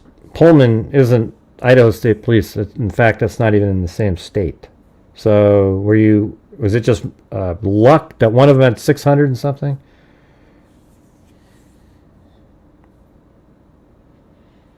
Oh, that's right. It would be redacted. What would the name of the document be, though? Can you tell me the name of a document? Because I have these folders, and they're all in there. So I guess Dylan's name would be redacted. You're right. So that search won't work. What would be a word that she said? Eyebrow. Let's look up just the word eyebrow. That would be... And is eyebrow one word or 2?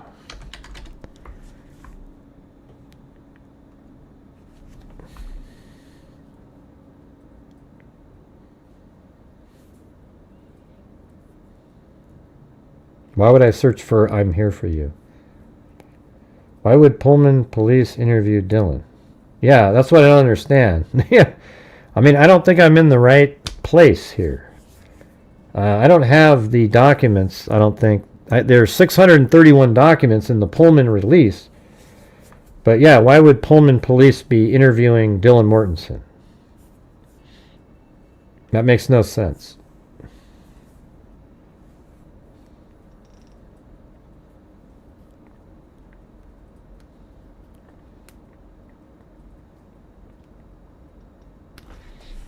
And I don't think they came out on the... Yeah, they didn't come out there on the judge's website. I mean, it's looking for this, but I don't think it's in here.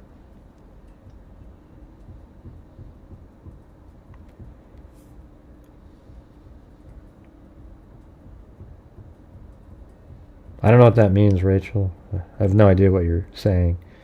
Hate me all you want, annoys shit out of me, Dylan never been... What does that even mean? Jesus. 3 gifted channel memberships needed. Yes, you guys, we need 3 gifted channel memberships, then I'll donate 5 myself, and then we'll have 30 of them. Can we do that? Right, they're Idaho State Police reports, so where do I don't, I've already ordered stuff from them, and I don't have anything. Because I'm not a news channel. Right? They're just absolutely icing out, like, anybody that's just a regular person in their minds, you know.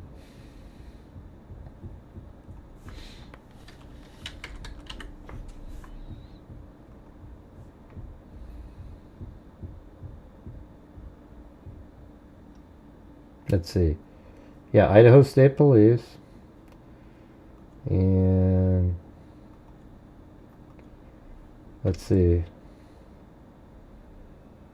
Maybe they set up a, yeah, then there's public records request, and I'm pretty sure that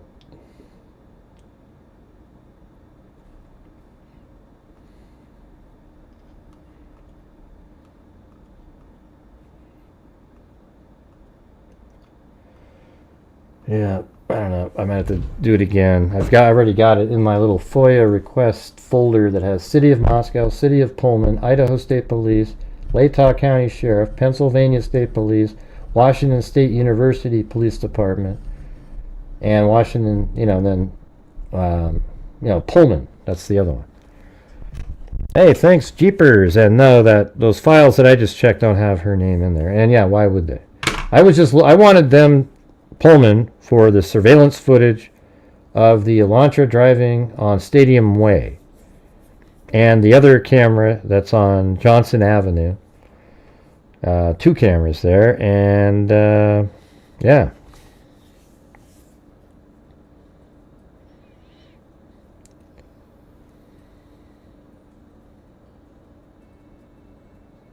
She did, Rachel. Dylan gave her victim impact statement at the sentencing for Kohberger. Are you stoned? I mean, what's wrong with you? No, you haven't heard from Bethany. Who cares? Who cares, Rachel? Are you a nutjob pro-burger that snuck in here and got a free membership?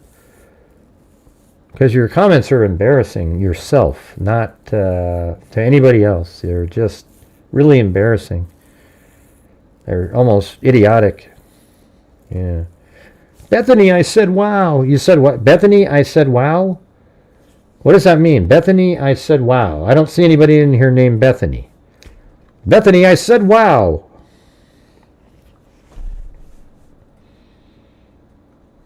Yeah. Rachel Bethany has someone read a statement for her. Right. I mean, why do you give a damn about Bethany or Dylan and how they've, been? They're not the killer. They have nothing to do with the killer. Kohberger's the killer. Why do you even spend time thinking about stuff like that? It's weird. You should go check yourself into a facility. One that has maybe a straitjacket and something in the back that you sort of cinch up. It's wild. Wow. Unbelievable. Oh, I'm feeling normal tonight. I've been laughing, and it's ridiculous. Who cares what Bethany Funk and Dylan Mortensen were doing or anything like that, unless you think they're involved somehow and we just don't know about it.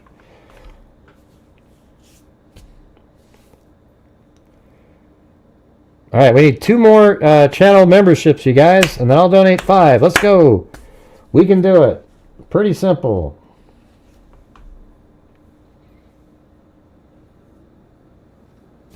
Two more. Yeah, Bethany Funk made a statement that was read out loud. Dylan Mortensen was there. They went through a horrific night, mainly Dylan. Dylan Mortensen, I think, went through, it's going to be a lifelong issue for her.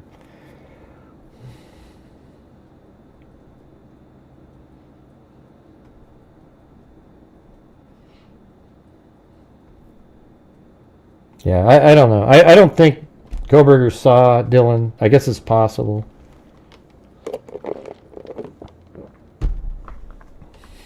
Yeah. Well, I know that you just said that, Justin, aren't you? You just said, move it along, Gray. Yeah, and yes, I don't have anything to move it on to, so. And I would definitely not find something to move it on to for people like you.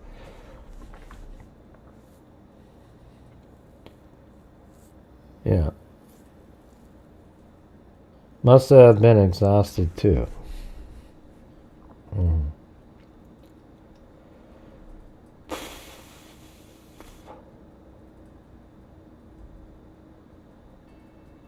Yeah, okay, here's one of the parts too that I told you guys a million times. So it says, Kohberger's cell phone also turned off for about 2 hours the morning of the murders, including the window, when police believe he killed the 4 students, Thompson said. His phone location data also indicated he returned to the King Road coverage area later that morning between 9:12 and 9:21, according to the probable cause affidavit signed by Payne.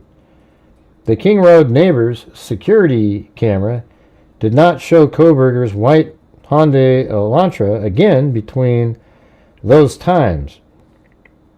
Right, that's because he didn't go to the house. How many times have I told you that if his car was in the complex, it would have been filmed on the 1112 King Road camera, and they would have mentioned it in the documents. And right here, they're admitting to us that it did not show up on there. So I think he did exactly what I said. Now, Kohberger went there just to see the house that he killed the people in. And he got a rush out of driving by knowing that nobody knows. Just him. It's just him and in those girls that he killed. And Ethan. So he came in like this. Drove by here at 9:12. And, I think it was 9:12. And then a phone pinged sort of around the same time. So he comes in. And then he turns onto Lauder Avenue. And, I wonder, though, like if this Ridge Road camera is working, they may have picked it up on that, but this is what I don't know if he drove by here or could he be filmed turning here? Because Taylor Avenue then would avoid this Ridge Road one. Because it's almost impossible for him to come down and go all the way around like this and make it back to his house in that amount of time. Plus, he wouldn't be able to see the house, so I don't know. I don't know if he came down like this. But if he drove by here, this camera would have picked him up again. So maybe this camera shows him and he goes this direction. And then he goes up like this. And then from up here, he can look down and see 1122 King Road, and then he drives out. Did we get the final one, you guys?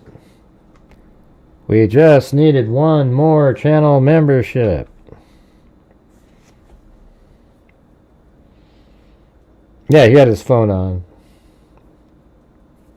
And his phone also, it pinged on the same tower that the people at 1122 King Road residents use.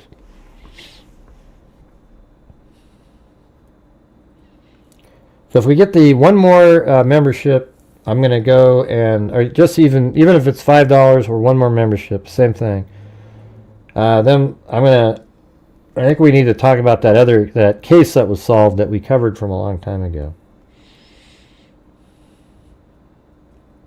Man, this is just like the other night. It's just like pulling teeth.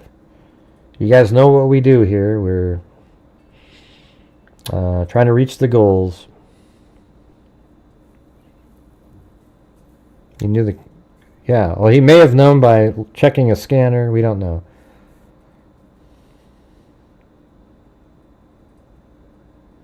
Who? Justin? Who the hell are you talking about? Yeah, are you not aware of the case? It's just, we've all known that. She's right in there. Well, there's Dale, but you weren't supposed to do it, Dale, remember? There's Misty. Thank you very much. And here we go. We're going to throw this in here right now. What do you mean you never heard what bit?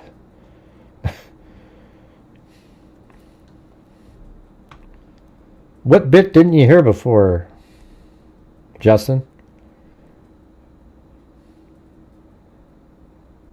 Yeah, she's right in there. I've gone over it so many times. It's, I know, I promised myself I wouldn't say that. I get so frustrated with the lack of people actually ever spending time on my channel knowing the case. Like, it's just so simple.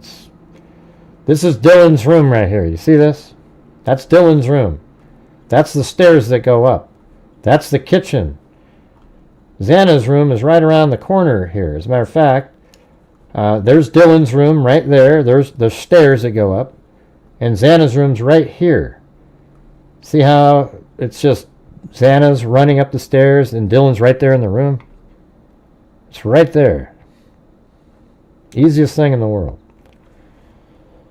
Thank you, Shell Bell 55. Became a freak.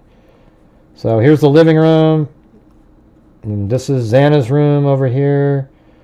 So even right here is a little better. There's the steps. The kitchen's right around the corner. There's Dylan. And Xana's room's right over there. You didn't know that, Justin? Whew. Wow. That's crazy. I mean, it's weird. I have so little patience for that stuff. And it feels like almost like insulting, you know, because on this channel for 2.5 years, I've gone over this stuff right here literally like 300 times. So it shows you that nobody ever, I mean, some of these people have never even seen any of the videos or shows or anything. And it's crazy. It makes me, it's like sick almost. All that time spent and people are staring over at these other, like Banfield and other people who don't cover the in-depth inside look of where everything was. But I guess that's better late than never, I guess. Yeah. You think there's a lot of new people to the actual case? That would be bizarre too, wouldn't it?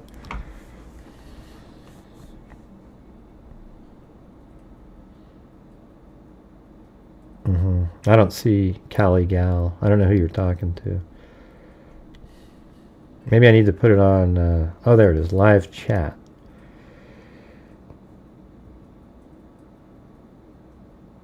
What do you mean? What? We haven't always known that and it's not true. What are you talking about? Yeah, Dylan... No, she never saw... Dylan never... I mean, I'm not sure what you're referring to, but he just said that they were close to each other. Yeah, Dylan never saw Xana going down the stairs. She heard...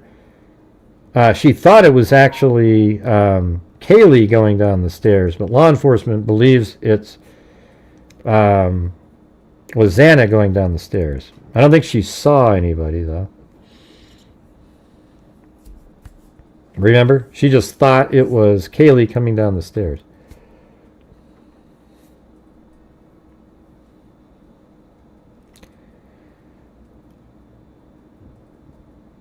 Dylan going down the stairs to Bethany's room and seeing Xana. Oh, yeah. Is that what? Well, yeah, that's a real thing. Yeah. Yeah, Dylan saw Xana on the floor of her room when she went down to Bethany's room. That's a true statement. I thought she was talking about hearing the voice coming down, you know, when somebody was running down the stairs. Yeah. So when, let me show you. I'll show you here in a second. Like that's in their room. Let me go over.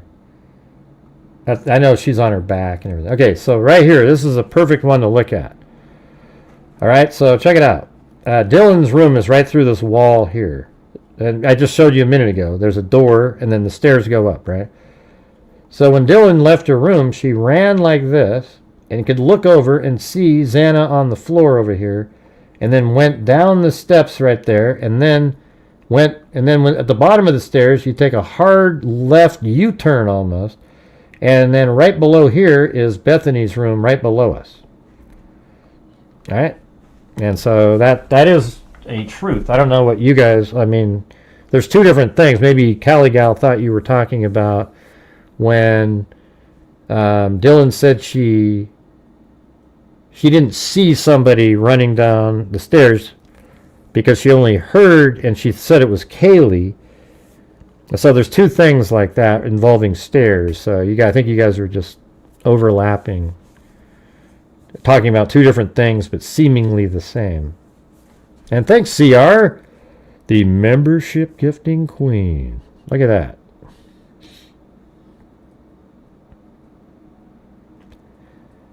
Yeah, so I'm going to do this update here really quick. Yeah, we know, Jay. We know, Jay. Thanks for ruining the update, though. Hey, thanks, Jay. That's what people like Jay do all the time. I just said I was going to cover an update, and boy, these trolls, they like to come in and, oh, hey, what is that? Which one is it? Yeah. All right. Anyways, jeez, these people. Unbelievable. I mean, how would you even know? You know, you're just, get out of here. All right.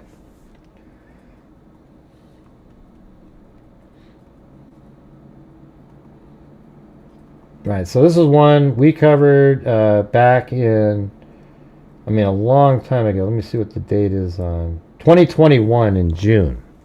That's like 4 years and, 2 months ago. But anyways, I went back in time.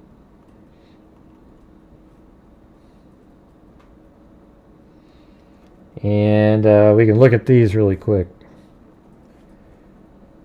And let me go to...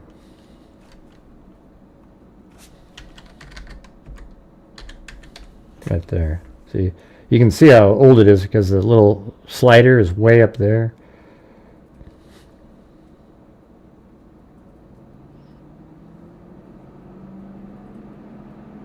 I don't know what that means, Rachel. Sorry.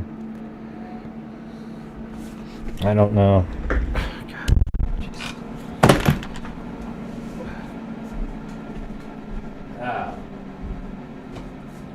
Well, now my back's just stiff. It's not really... It's not as sore as it was earlier, though.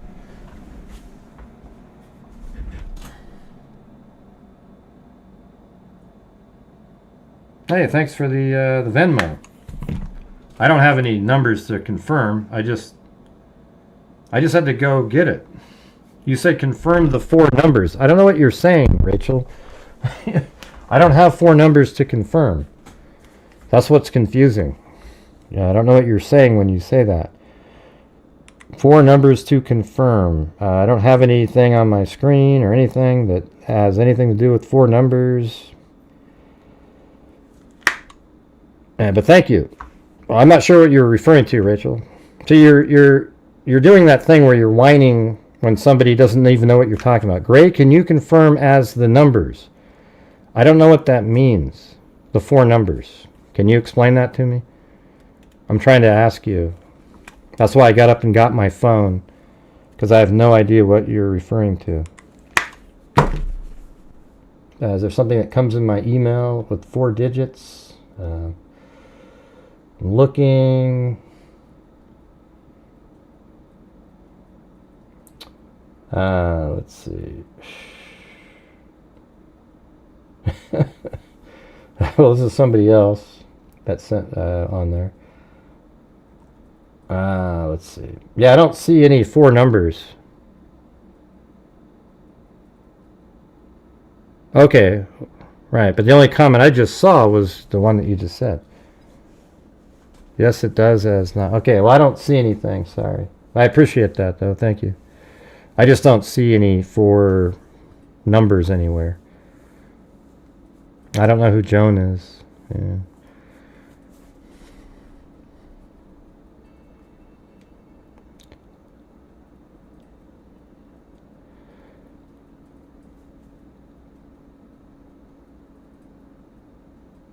We don't know what you're talking about, Joan.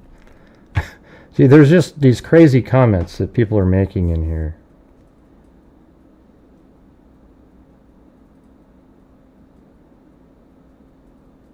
Nobody blocked her. They removed her idiotic comment, Dale. That's what got removed. But anyway, sorry, Rachel. I didn't know what you meant by the 4 numbers. I appreciate it. I just don't know what that means. The person's number when you send... Oh, okay. Huh. Well, I didn't get anything that said confirm 4 numbers or... God, Jesus, man. This is why sometimes I can't stand streaming. It's just like every night, just so many different voices. Everybody's got some,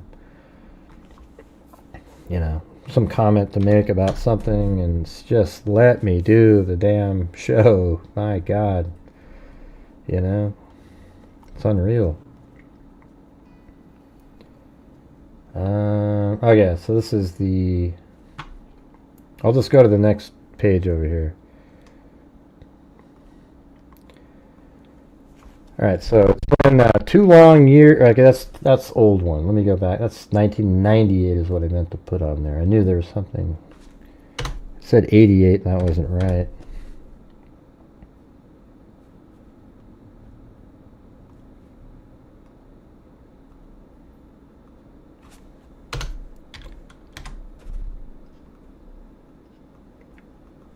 Alright, so this is how it kind of started back here. It's police seek help in finding girl. Moline police need local residents to help find an 11-year-old girl reported missing this week. Trudy Applebee, 11, was reported missing by her father, Dennis Applebee, Wednesday, Moline police said. She last was seen by a neighbor about 9 a.m. Wednesday with a white man believed to be in his 20s. With dark curly hair, the man was driving a silver or gray 4-door car resembling a Chevrolet Celebrity. And Justin, you're a nut job. How about that? Hey, the man driving a silver or gray 4-door car resembling a Chevrolet Celebrity. He was wearing a baseball cap, blue Nike shoes, blue or black shorts, and some type of printed t-shirt according to witness descriptions. Police ask anyone with information to call the Moline Police Department. Alright, so that's how it kind of started. And then, let's see. And this is her right here. Dennis Applebee planned to leave for Utah Friday morning on an 11-day vacation with his children, Trudy and Sean. Instead, the 48-year-old discovered single father worked frantically to find Trudy. Instead, the 48-year-old divorced single father worked frantically to find Trudy, 11, who had been missing since Wednesday morning. Mr. Applebee's 20-year-old son was one of dozens of people handing out flyers displaying Trudy's picture and description. So what's going on? I mean, there's just all these comments being removed. Just stuff happening. I don't know what's happening here. Yeah. Yeah, the moderators are busy tonight, though. Yeah. It's just crazy, some of the comments being made. Yeah, well, there's people that get free memberships that are trolls. They actually steal memberships from people, and then they cut me down like they're good people. I mean, they're disgusting. All right, so anyways. Isn't there the troll actually, Justin, have this picture, Mother Teresa, as their... That's got to be an omen right here. Look at Justin's picture is the same one that's on the screen right here, almost, right? I mean, what are the odds of that? So anyway, it says, Trudy was last seen by a neighbor at 9:30 a.m. Wednesday outside her Moline home with a white male in his 20s with dark curly hair wearing a baseball-type cap. The man was driving a 4-door sedan, silver or gray in color, similar in style to a Chevy Celebrity, but the license plate wasn't identified either by state or numbers.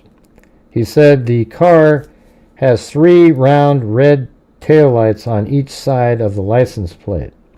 Trudy, who has brown hair, blue eyes, 5 feet tall, and weighs 85 pounds, last was seen wearing blue or black shorts, some type of printed t-shirt, and blue Nike shoes. Mr. Applebee reported her missing about 7:30 p.m. after he came home from his job at Stetson Building Products in Rock Island, and after calling neighbors and Trudy's friends. He first thought something was wrong when he came home for lunch and she wasn't there. Yeah, so it sounds like she wanted to go like swimming Teresa, and she left with some guy, Yeah, so I thought it was weird. Like, why would she get in somebody's car in front of her own driveway unless she knew the person, right?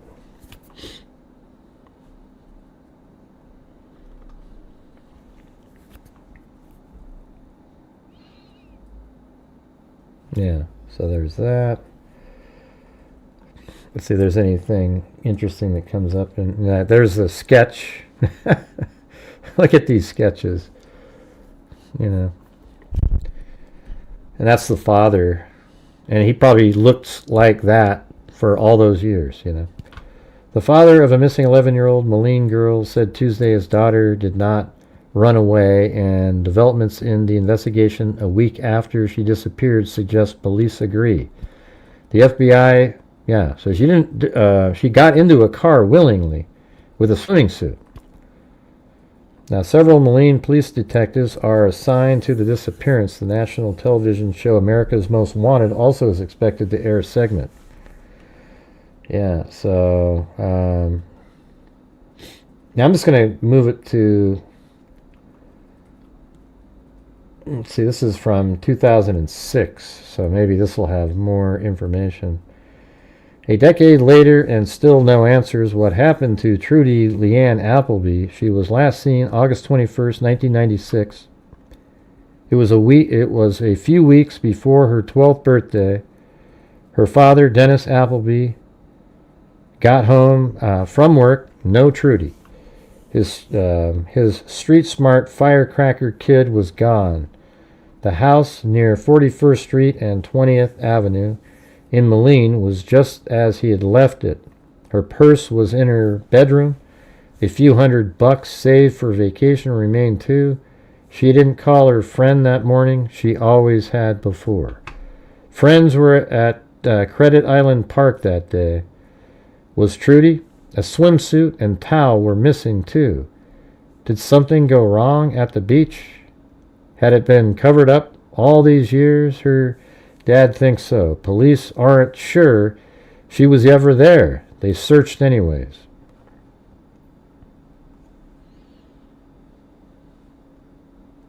A neighbor saw her in an older four-door gray car leaving her driveway. So that means she just got into a car willingly. A white man in his 20s was driving. He had dark curly hair. Police called her a runaway. Her dad didn't believe it. She didn't run away, Mr. Applebee said, but they were intent on proving it that way. The family does spots on national talk shows, hoping to get the word out. Moline police are continuing to investigate. The FBI gets involved. New information surfaces. Authorities believe people in Quad Cities know something. Another 3 years go, and the father of Trudy's friend is charged with sexually abusing a girl Trudy's age about the time she disappeared. He's been questioned before in Trudy's disappearance. He was the one taking the kids to the beach in 1996. Who is that person? Police interview him again. Nothing comes from it. Police say they are still on the case full time. Now it's 2006. People still remember Trudy. Her family marked every one of her birthdays, Labor Day, etc. Two of the main case investigators have retired. So it went cold right out of the gate, basically.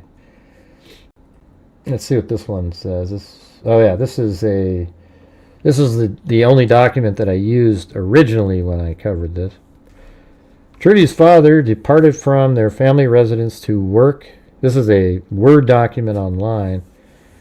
To report to work at approximately 9 a.m. on August 21st, 1996 in Moline, Illinois. A neighbor saw Trudy enter a silver or gray four-door box-style vehicle similar to a Chevrolet Celebrity in the driveway of her home. So doesn't that sound like she knows the person, you guys? What do you guys think about that? Well, you're not in timeout, Dale. I think you got accidentally put in timeout. Yeah, I don't think there's sometimes you click the wrong buttons. I didn't put you in timeout, Dale. That's all that really matters, right? But you're not in timeout. You might have been put in there for a minute or something.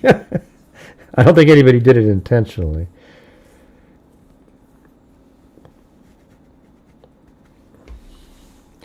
The driver of the vehicle is described as being Caucasian, in his 20s at the time, with curly brown or black hair.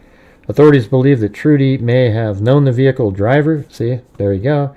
Her family residence was located off the main road and was not visible from the street. I think I have her... Well, this is where the father lived in 98, 99. So I don't know if that's the same spot. Her family's residence was located off the main road. It was not visible from the street. Well, that can't be the house. That's right there.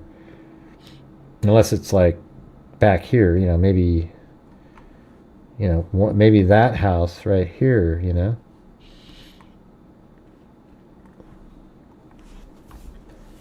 She took a swimsuit and a towel before departing from the home. She left approximately $200 behind, which her father said she saved for an upcoming vacation. Thank you, Scott's Garage. William Ed Smith was identified as the prime suspect in Trudy's disappearance in 2017. Smith, a friend of Trudy's father, died in 2014. A witness reportedly his son-in-law, David Whipple, who lived across the street from Smith in 1996, had seen Trudy in his car, and Smith threatened to kill him if the witness told police about this.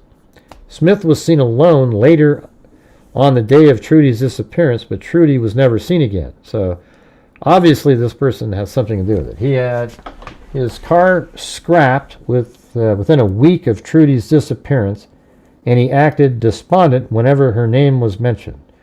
Trudy's father theorized that Smith and Whipple took Trudy out on a boat on the Mississippi River and something unexpected happened, perhaps an accident that led to the child's death. I doubt it. Trudy was friends with one of Whipple's children and frequently accompanied their family on the boat. On the day of her disappearance, she had asked her father for permission to go swimming, and he told her no. However, it's possible she went anyways. Whipple has refused to cooperate with investigators in Trudy's disappearance. A third person of interest, Jamie Fisher, was named in Trudy's case in 2020. He was a lifelong friend of the Smith family.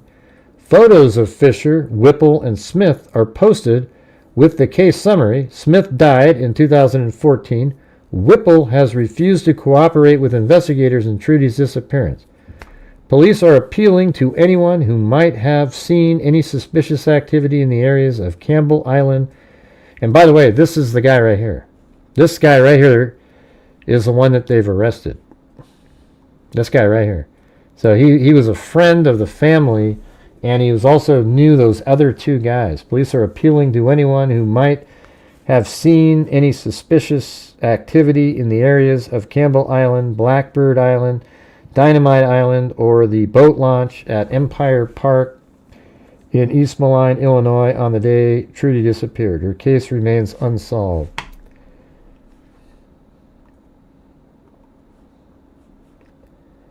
Yeah, it's so weird. And then look at this. I found this one, Jameson Albert Fisher, and this is 2011. It said, a Silvis man on Tuesday denied allegations he possesses methamphetamine and drug paraphernalia. Jameson Albert Fisher, 26. So if he's only 26, how would that be in 2011? Yeah, I don't know. Is this his kid? That's the same full name and everything. I wonder if that's supposed to be 36. Because this guy did have other charges for this exact same thing. So if this 2011, he's 26. I mean, he'd have 10 years before that would be 2001. No, there's no way. He wouldn't even be He'd be like 9 at the time. I wonder if this is the kid of maybe a junior. That's wild. That's crazy. Jesus. So I'll just leave that one out. So let's play this right here. This is the press conference from today. By an unidentified male. Trudy had asked to go swimming with a friend on Campbell's Island, but her father had said no. The phone records from that day indicate This is KWQC's recording of she it. had gone ahead with those plans, and then she vanished. Nearly 3 decades, this case has haunted not only Trudy's family, but every investigator who touched it in our community. Her absence became a defining wound in our city's heart and a symbol of our commitment to seek justice, no matter how long it takes. Today, I can confirm that on August 13, 2025, Jamison Fisher was indicted by a grand jury in Henry County, Illinois, for the murder of Trudy Applebee. If you recall, back in 2020, I publicly named Fisher a person of interest in this case. Fisher was a family friend and associate of another suspect who died back in 2014. After the indictment yesterday, the Moline Police Department served an arrest warrant on Fisher, who was already in custody in the Scott County, Iowa jail on unrelated charges. At this time, we have not recovered the remains of Trudy, and due to that ongoing investigation, I'm unable to discuss in any more detail. Maybe they could cut a deal with this Jamison Fisher guy to, I mean, he's, you know, give him like a hard 25 years or something if he says where her body is and names other people. You know, he'll still be like dead before he gets out of there. Detail this part of the case. Fisher will remain Well, he's only in the Scott 50 County now. jail pending further court proceedings. Wait, they said he's 50 years old, right? So in 2011, he would be, yeah, I don't know. Yeah, that's weird. That the ages seem different on that. This development is a result of tireless work by generations of investigators, unwavering support from our community, and new pieces of information that helped complete a long unfinished puzzle. But we never gave up. I want to take this moment to recognize the dedication of our detectives. First, I would like to thank Detective Mike Griffin, the case 9-4 of 19 bringing cases, making all of this possible. But again, our What focus. is she saying? Law enforcement agencies have been working this case since Trudy went missing. Our office is bringing justice to the members of our communities, working together. And that's an important. What happened? I want to go to the Bring questions, Trudy some of the back. questions. But Here with Henry County's making all. Jenna Jackson, KWQC. Want to start with, as you mentioned, it's not a day of celebration, it's a day of resolution. What was the family's reaction, if you can share, when you guys broke that news to them? well, I think, as you mentioned, Yeah, but that's the same guy that was arrested. But how could it be him when? I guess he was only. I don't know, man. This doesn't make sense. If he's 50, minus 14 is 36, right? So I think they're off. That article had the wrong date. I think it was supposed to be 36, and it said he was 26. That's the only thing that makes sense, right? So that, yeah, well, that doesn't make sense though. 15 minus 14 is 36, and then then that would work. But if he was 26, that can't be the same person. But I think they made an error, and he was 36, and then you subtract from 2011, 15 more years about, and you get somebody, you know, or 16 years, you get somebody that's 19. Right? And that's I think the age he was at the time. I imagine there's mixed emotions. This doesn't bring Trudy back, but it's a relief. It's certainly a relief. And if I can just continue, we've seen the countless social media campaigns, the targeted messaging from the police department. We will get you. Look out behind you. We're coming for you. You know what happened. Did this investigation, did this indictment come from a tip from somebody in particular? It came from you, your work as journalists. It came from the community that kept this story alive for almost 29 years. Over time, people become more cooperative. They understand that it's not going away. And that's an important role that both you and I have as partners to educate the public. And by doing so, we kept that story in their minds. I would doubt that if you could go anywhere in the greater Quad City area and find somebody who doesn't know the story or at least the name of Trudy Applebee. And that is a testament to your work as journalists to keep covering it year after year, decade after decade. And then when we follow up on leads or the next person, in the back of their mind, they know this isn't going away. You cannot escape this through time because we're going to continue to work it. And so I thank you, all of you, for continuing it. And this is coming really close to the 29-year anniversary of her disappearance. Did this indictment come, close to that on purpose, or were you just at this point in the investigation? Yeah, so the timing of the criminal justice system is what it is. It had no relevance to next week's anniversary. I think Kathy Runte had mentioned earlier, we've been working specifically on this current phase for months. Yeah, well, it's one that we covered all the way back in 2021. I think we initially thought that it would land a little earlier in the calendar, but it did not, and we're at this point now. But I think it is, it's a little nice to change the tone of next week's vigil to that of comfort and resolution other than pain and wonder and mystery. So I think that it definitely gives a different aspect to that. Tom? He's been on this case and doing a lot of lead work for That's her right there. years. And just wanted to know from Griff, how long have you been on the lead work? Come on. You didn't want to talk today, Tom. Well, I've been on 21 years, and I've been on this case, as Chief Galt said, since 2016. but basically this has spanned your entire Hey, you should have let people try to guess, Scott. Maybe they would have guessed that one. career here. Yeah, most of it. For Detective Griffin, actually. You're stuck. Sorry, Bob. As Chief Galt mentioned, I mean, this has been kind of your case that you've worked really hard at. Can you just talk to us about your emotions today? I know this has got to be mixed feelings here.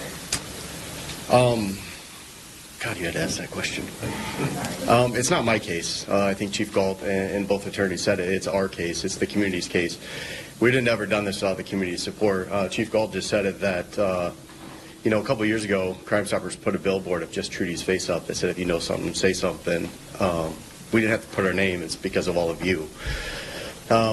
It's, Kelowna Police Department, the Illinois State Police, FBI, Henry County, all right, well, anyways, that's it, man. They, all that was years of waiting. I don't know what the evidence was. Maybe they were able to test something, later years, and it led to him. But he was a family friend, and he knew those other two people that they thought were suspects this whole time. And it was him.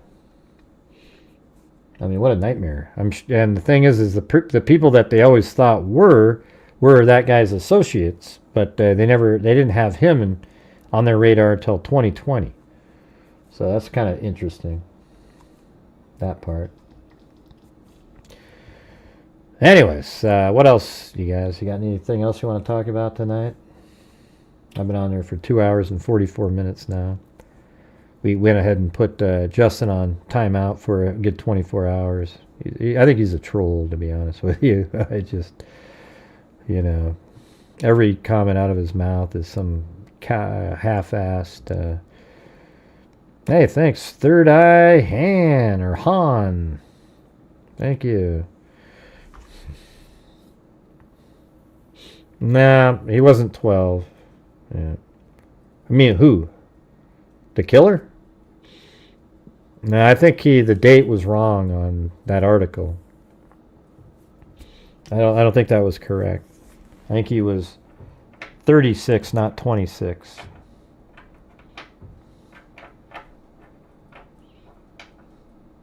Because that was only 29 years ago, right?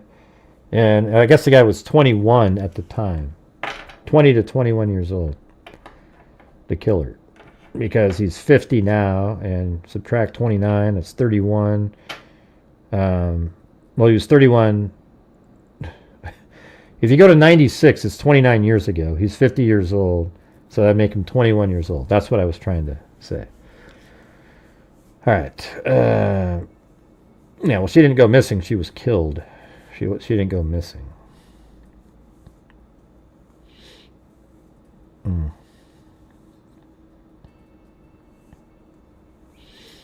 Yeah. Well, somebody put a comment underneath one of my videos and said that.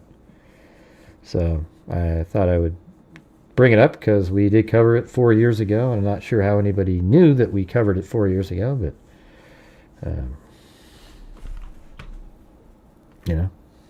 we did.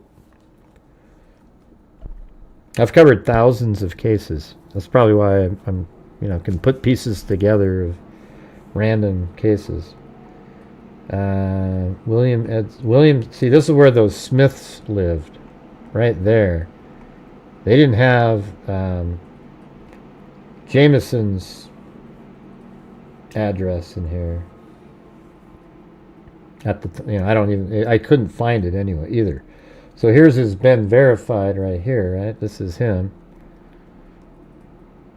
I'll show you when it populates. See? Jameson A. Fisher, 50 years old, East Moline, Illinois. Obviously the same guy. Then you go to the address history. I was excited. Oh, an address. And then they're all East Moline. No address at all. Just a city. And he lived in Wisconsin and Georgia. Maybe those are prisons. I don't really know. He does have email addresses, phone numbers, things like that.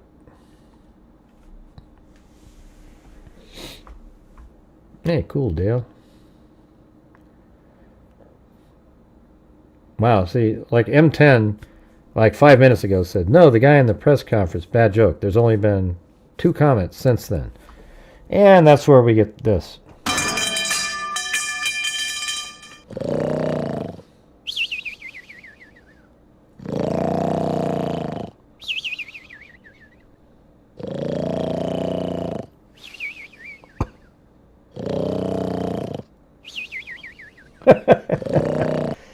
Yeah, anyways. I'm going to get the hell out of here, you guys. Hope you guys found it interesting. I might have to make a video tomorrow on that part. Just that one element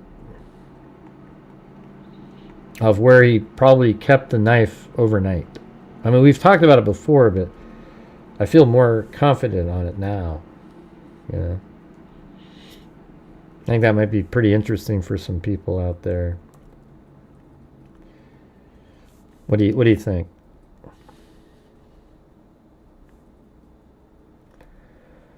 All right. So thanks to look at Timothy Cecil's been there for 60 months, 5 years. It's a long time. Then Timothy Cecil, Richard Watts, Allie Cake, Sandy Shirley, Valerie H, Susie Clue, CR gifted 5. Then we've got Marv in, let's see. I don't know. If it's Marvin Guns or something. And then Tammy McDonald and Marvin Guns 1. And CR did, oh wow, I didn't even see that one.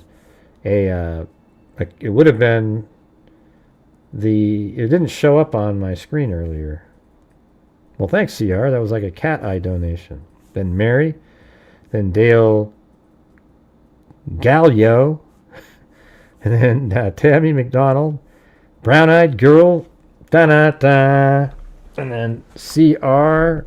Brown-eyed girl gifted 5. Then CR. Then Larry Fuller. Then Dale Galio, then Anonymous, and then Alley Cake, and then CR, then Gloria Batari, Linda Howell, as in Linda Molden Howe of the Cattle Mutilations, and Crop Circles. And then Alley Cake, then Linda Howell. Look at that, 68 months, Linda Molden Howe. I mean, that's like, what is that? Almost 6 years coming up in 4 months. And then Brown Eyed Girl, then Dale, Galio, K-Me, Lexi Staff gifted 1, then Philip May gifted 5, then Marcy Fallow, then Michelle H gifted 1, Brian Harrell gifted 1, CR gifted 1, Tina G, then Alley Cake gifted 1, and then Eminem with the super chat, then L Piddock has been here 3 months, thank you. Then Jeepers gifted 1, M10 gifted 1, Dale gifted 1, then Misty Hartzog became a new member, then I gifted 5, then Shell Bell, new member, then CR gifted 5 again, then Scott's Garage, and then third, I Han. All right, well, thanks everybody, and thanks CR tonight. That was very, very kind of you there. Didn't even see that. That one never showed up on my screen. The cat eye one. I don't know what that means, Frisco. Let's see. Thanks everyone for being here tonight and for your support. That's right. Oh yeah, and then I mentioned you earlier. Lillian, I mentioned you earlier. I don't know if you heard that or not, but. And then we had Christy on the coffee. Then we had Lillian and Nancy, and then also George on the PayPals, and then another coffee from Bell. And then we also had the Venmo from, where the hell is it on there? From Rachel. Thank you. Oh yeah, well you probably were a lunatic, Frisco. What did you say earlier? Let's hear you say it again. Let's see it. What did you say earlier? Go ahead.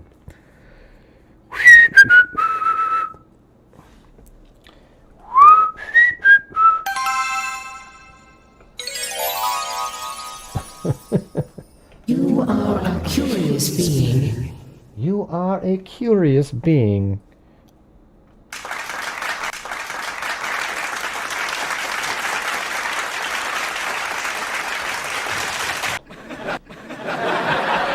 Yeah, I don't like your spare tire. I think it's ludicrous. Yeah.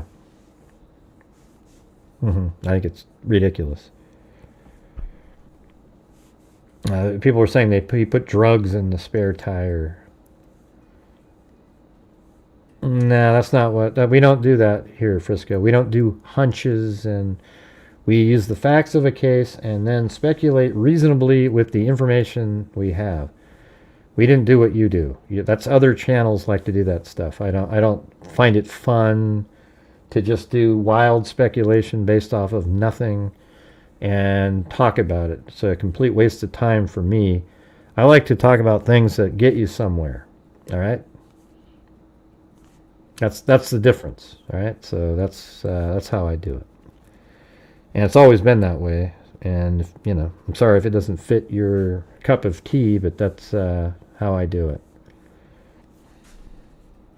All right, awesome. Right. All right. So, anyways, thanks everybody for being here tonight. We reached the goal. Let's see. Do you think it would be interesting to make a video tomorrow just on that portion about where he may have put the... Well, I mean, I kind of brought it up already today in there, but it was just sort of a thought at the end where he may have put the weapon. I think that might be sort of interesting. And then describe it how I was explaining it.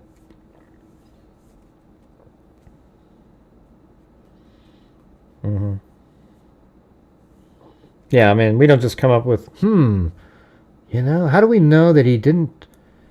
they have those Frisbees, you guys. Listen, let me think. You know how they have these Frisbees and they have the inner lip? How do we know he didn't put the K-bar knife like right underneath the Frisbee and sort of tuck it in so it snaps in kind of? And then he took the Frisbee and he threw it out into the river there. Okay? And then he did it just strong enough when he threw it that when it got to its apex, it would drop the knife out. And so he got maximum distance. So I think the law enforcement needs to be checking further out into the river because it could have gone farther than he could have thrown it, right, with the Frisbee and everything. So, yes, I think we should all just spend the next 4 hours discussing that possibility for sure, And I mean, how do we know he didn't attach a golf ball with a string to the knife sheath and took a driver with him, and he hit it as hard as he could, and it flew the knife like 100 yards out into the river? Hey, thanks, Carrie Summers and KK there.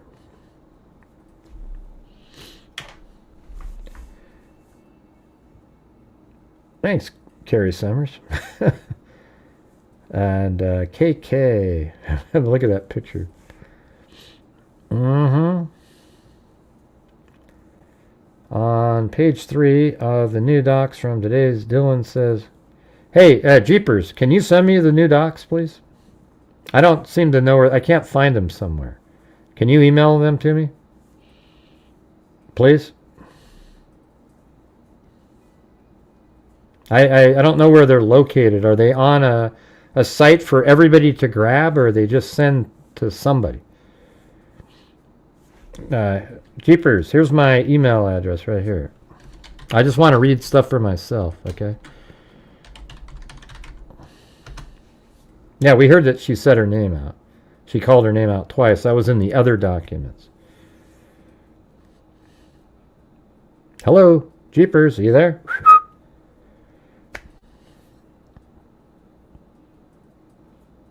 Yeah, the part about her saying her name out loud was in the documents put out a month ago, or, a couple weeks back.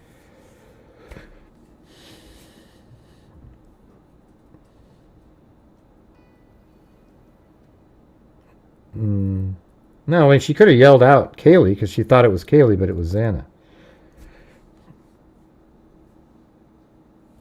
Oh, boy. Are you still there, Jeepers?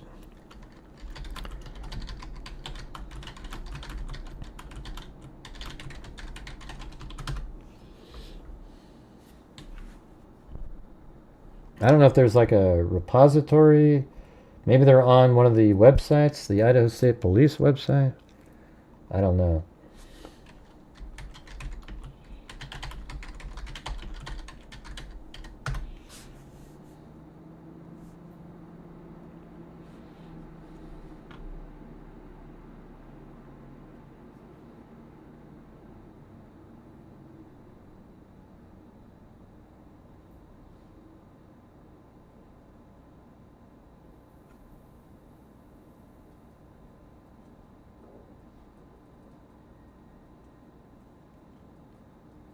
I guess they just came in to say that and then they took off.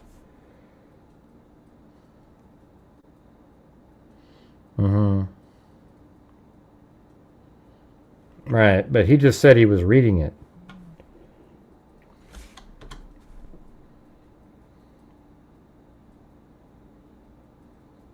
I did check my email. There's nothing in my email. My email is this right here. All right, there it is. See that? That's my email address.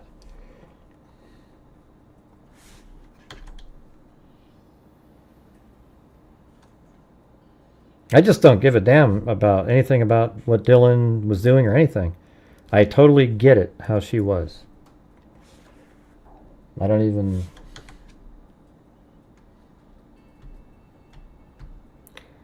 Yeah, it's a little bit weird that Jeepers shows up, makes that comment, and then disappears. They could be on rewind, but I've also typed in the chat, so... You didn't send me anything, Logan. I didn't get anything from you. Yeah. I didn't get a damn thing. So you're not even in spam.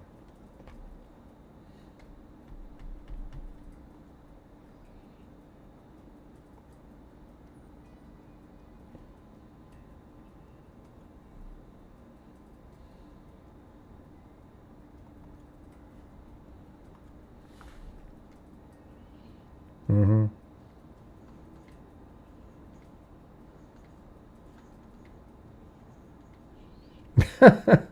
What a waste of time. Jesus. Let me see. Let me go back up to here. Somebody did send me the Kohberger video, I guess, and that was somebody named Wealth something or other. Let's see. Well, maybe I should watch it over here. Yeah, I've seen this one.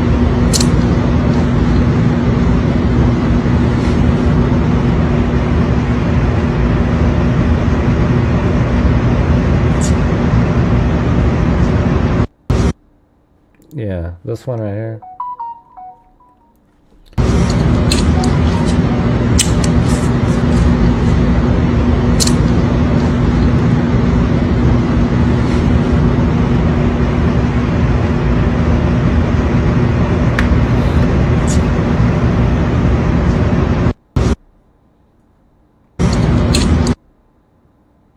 Yeah, he's just a weird looking guy. Yeah, got that. That's Kohberger apparently in prison, walking around. I just don't care. It's like, what do we get out of that? What do we say next? Hey, wow, thanks, Carrie Summers. Look at that, gifted 5 memberships. I guess, man, I'm almost feel like, ask me any questions, you guys. We'll do, what time is it right now? Well, I've been on 3 hours. I'll do 15 minutes. Ask me something. Anything about the case or whatever, anything you want. Eh? I thought I was done too. I've already thanked everybody, but go ahead. I mean, she's sending in these, like, I mean, there was like, 4 super chats or something that came in. But she recanted it later in interviews because she was foggy from drinking. I mean, who cares if she said her name? She might have said, the name out loud. She said her name, Kaylee's name, but she thought it was Kaylee. Maybe. Nobody knows. She thought Kaylee was in the bathroom or something, and then remember she said it was Kaylee likely in the room. And I can just tell you this. There's times when I'm doing my show, and I know who every one of these people are, when I'm making videos and I'm recording, and I'll say, yeah, so they found Xana and Madison up in the bed together, and then I listen later and I go, why did they say Xana and Madison? I know it's Kaylee and Madison up there. And then one time I said, I know it's, want to hear what I did today? I went like this. Yeah, Xana and Kaylee were up in the bed. So obviously they were killed first before Xana went downstairs. Then in my mind I go, wait, I just said Xana was in the bed. So then I re-recorded it and I said, Xana and Madison were up in the bed. And then so I kept Xana in both times and just switched the other roommates in there. And then again I say Xana, and I'm like, what the hell? I mean, I know who they are, right? It's just crazy how, you're just saying the names and they just plop into your head. So I think that might be what Dylan was doing, because it doesn't make any sense that Kaylee would be in the room with Ethan Chapin, right? Yeah. Now, I guess there's 600 documents we're not going to get to look at.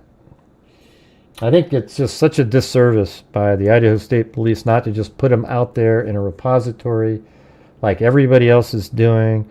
I think it just sucks that they give it out to the big networks and everybody first, and still nobody has the 52-minute video of the Elantra driving around other than a channel that didn't know what to do with it. It's just, It's so frustrating. I can't tell you. If they give them to me, you guys would know all the stuff, exactly what's going on and what it means.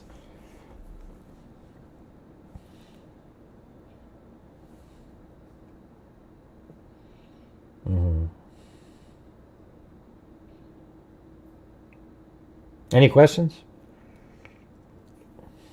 One girl had her fiance put in.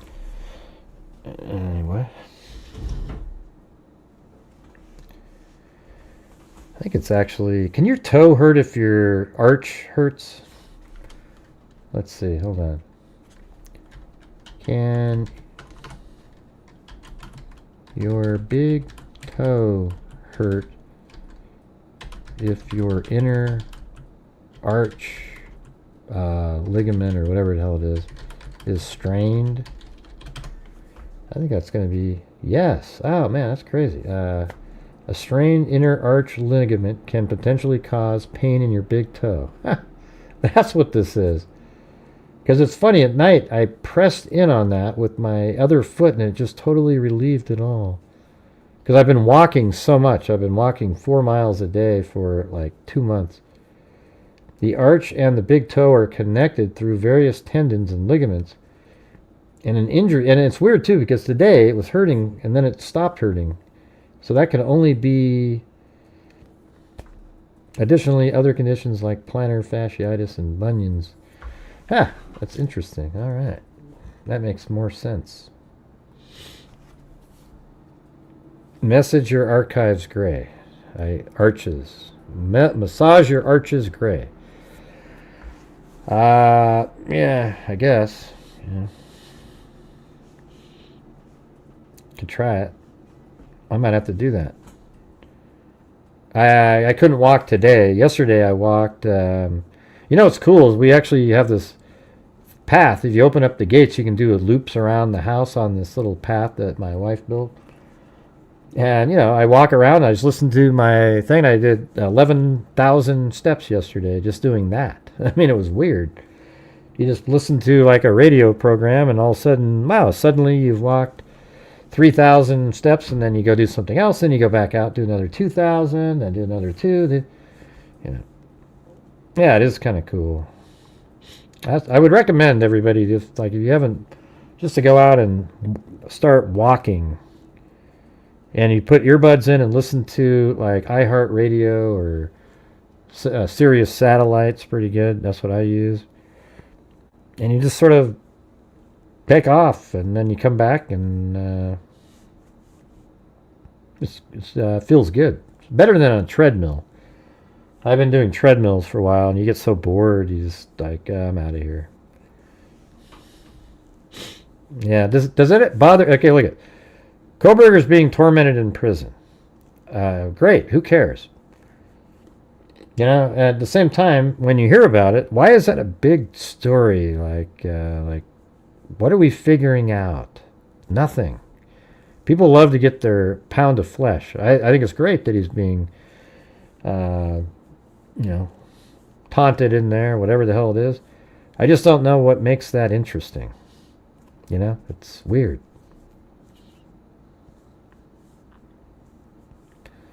We love walking on Lakeside neighborhood daily. Yeah, see, that would be awesome, yeah. But what you should do is walk farther than you were planning so that you have to walk all the way back too. You know, like walk 2 miles one way and then you got to walk the other 2 back, kind of push yourself. And then it's amazing. Like I walk up these hills. There's 2 parts where I walk up these really steep hills that are like 40 degree. Maybe that's why my arches are hurt. But, you know, at first about 2 months ago when I was doing it, I was like, oh, just barely made it to the top of those. And now it's just, you know, boom, get right to the top. Yeah, well, I've had gout before, so it made me wonder if it was gout, because I had some shrimp not too long ago. But I don't think it's gout because it doesn't hurt to the touch on the outside of that big toe. And the pain wouldn't go away until, you know, like it wouldn't be intermittent. Gout's just very painful all the time, It's from uric acid buildup in your joints that are like little needles. Well, I do have good shoes. I have Skechers Arch Fit. And they work great. You know, I just think I probably overdid it. Like 7 days a week, 4 miles a day. You know, maybe that's kind of... Yeah, I've had gout before. I just don't think that's what this is, because I've had it. And gout gets really red, your joint, and it starts sticking out. And man, it takes like, I don't know. It just doesn't get better on a day. Like, it hurts really bad, and then later in the day it's fine. You know, that doesn't happen. Hey, at least it's 45 seconds more than you did before. Yeah, I don't drink hardly at all, yeah. So.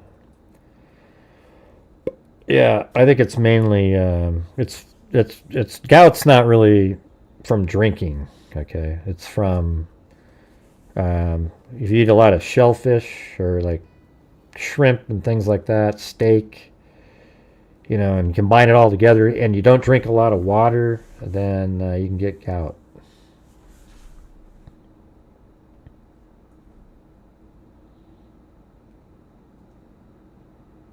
Because we're just ending the show when we're talking, Ed Black. Make another comment like that. Go ahead, make another one real quick. Make another jackass comment like that real quick. Do it. Go ahead. The show was over 20 minutes ago, but I hung out to chat with everybody. Go ahead. Go ahead. Go ahead, Ed Black. Make one more comment like that. Just waiting.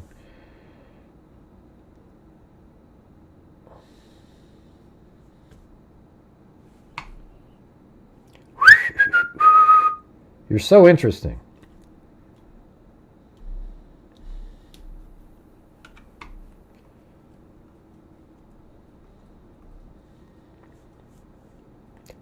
We're still hanging out in chat. Thank you, Grant. Yeah, well, it was cool. That's what I thought. I'd hang out here for a few minutes.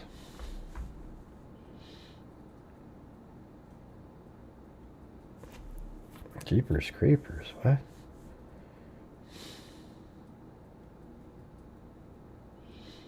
Let's see. Well, you don't need to respond to the trolls, Dale. Just let them be the trolls, you know. We'll deal with them.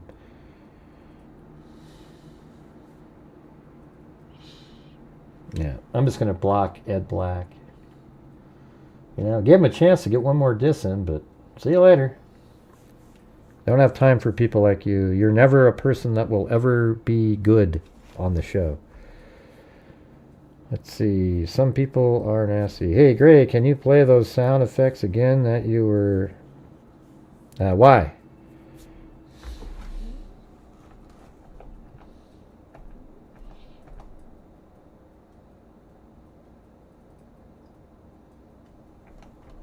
Yeah, the new ones, they're right here. And this one.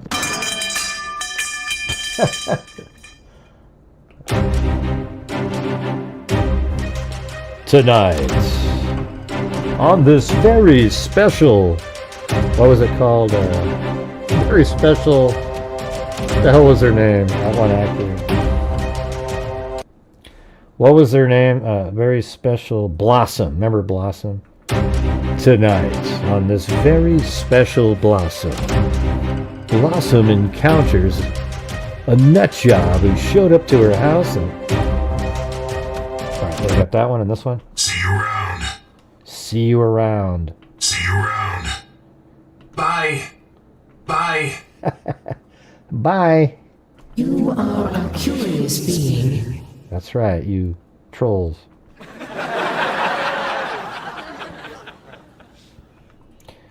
So he walked into the bar and...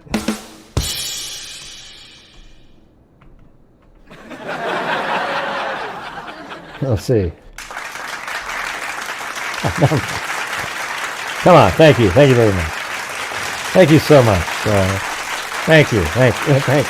Come on, you're too much. All right, thanks. Thanks, okay, come on.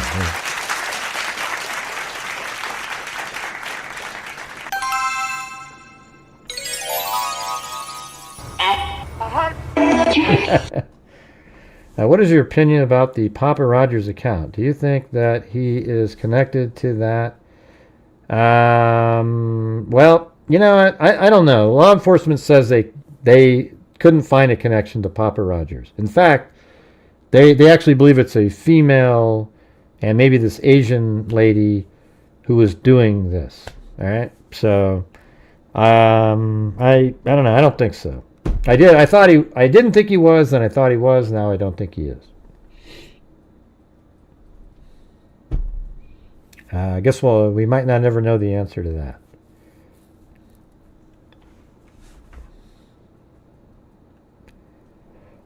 And that was that question. What is your opinion about Papa Rogers? Because they just came out recently and they said that they couldn't find a connection.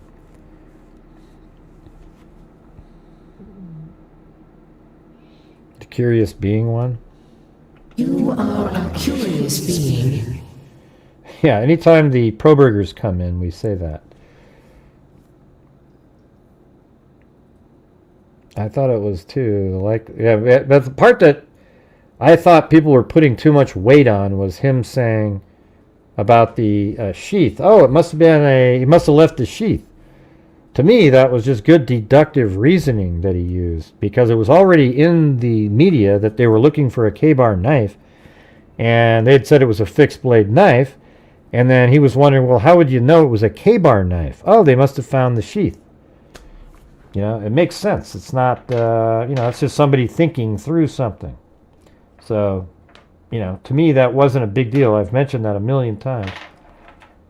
But then I thought, well, just the totality of it all, maybe it was him, trying to throw people off. They said the white Elantra wasn't really important, or was a red herring.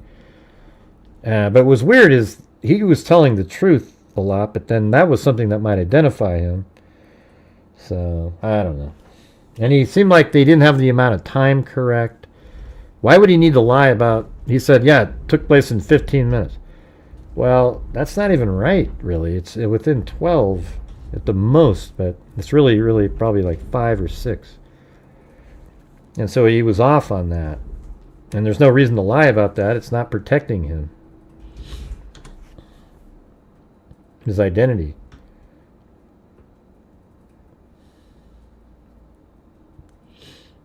Anything else, you guys? Other than that, I think I'm going to bail. We're never watching you again. Yep. Maybe we should play that right at the end.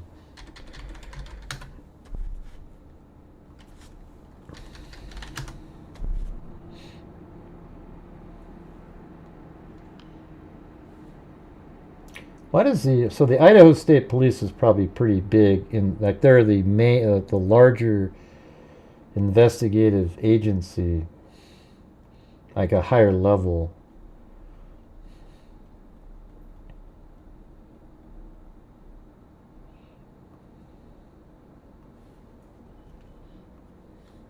TV, do you guys see that? I'm sure they'll get the obligatory, I can't believe you had gray on your show, Vinny. I'm never watching again. When I was on... that's so good. I should be an actor, don't you sure think? They'll get the obligatory, I can't believe you had gray on your show, Vinny. I'm never watching again.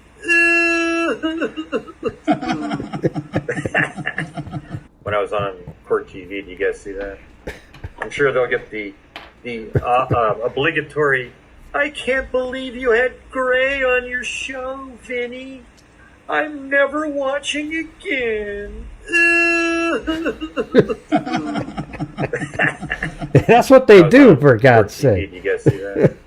I'm sure they'll get the obligatory, I can't believe you had gray on your show, Vinny. I'm never watching again.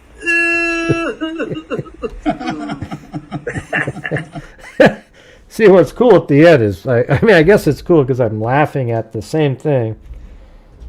I don't know. It's just I don't know what it is, man. That thing is just funny to me. I could watch it in 10 years from now and I'd laugh. Yeah, I should actually have just the part that says I'm never watching again as a sound effect. Never watching again and the cry. Although I like the part about, I can't believe you had gray on your, what was it, gray on your show again, Vinny? They say that every time. Underneath the comments, whenever I'm on there, you look in the comments and you get people that say, you know, Vinny, every time Gray's on, I quit watching. You know, I used to watch you, but as soon as you put Gray on, I quit. It's just, you guys are losers, man. I mean, they've had me on there because I actually know what I'm talking about. Why do you think they would have some, like a YouTuber on? Because I actually know what I'm doing, you know? It's weird. I crack up the way you laugh. I know. I laugh at the end. That part makes me, I'm just laughing at it.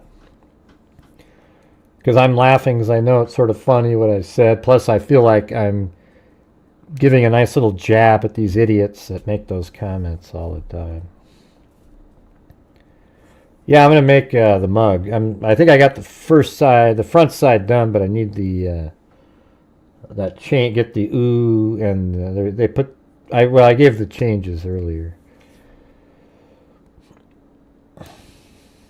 Yeah, I'm going to do the mug. On the front side of the mug, it'll be the But Gray. That one. Yeah. All right, you guys. Well, I want to say thanks, everybody, for being here tonight. I went to my friend's house during Karen Reed because her house was like the Albert's fake. I don't know what that means. I'm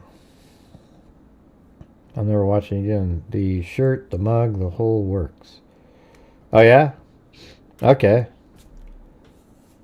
I'll do should I do t-shirts and the mug? Should I make a notebook with that on the front? That'd be kind of cool. I have a notebook that has that on the front.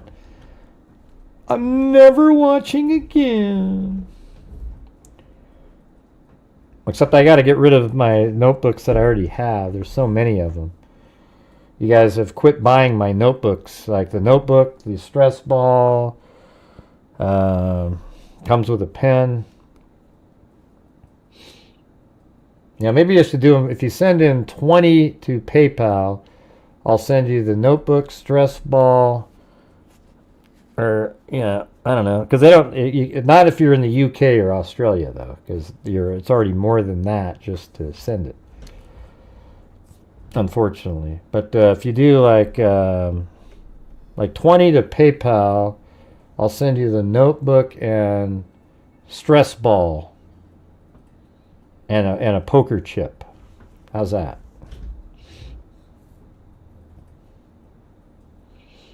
Yeah, before I used to have the pen. I mean, I guess, I don't know. Man, I don't know.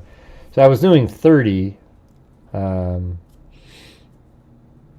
guess I don't know. Yeah, 20, I guess. It's not really, it's kind of a shitty deal for my end, but at least we can get rid of them.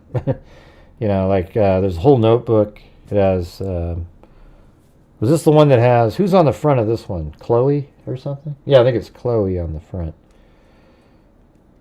And so if you guys send in 20, I'll send them off.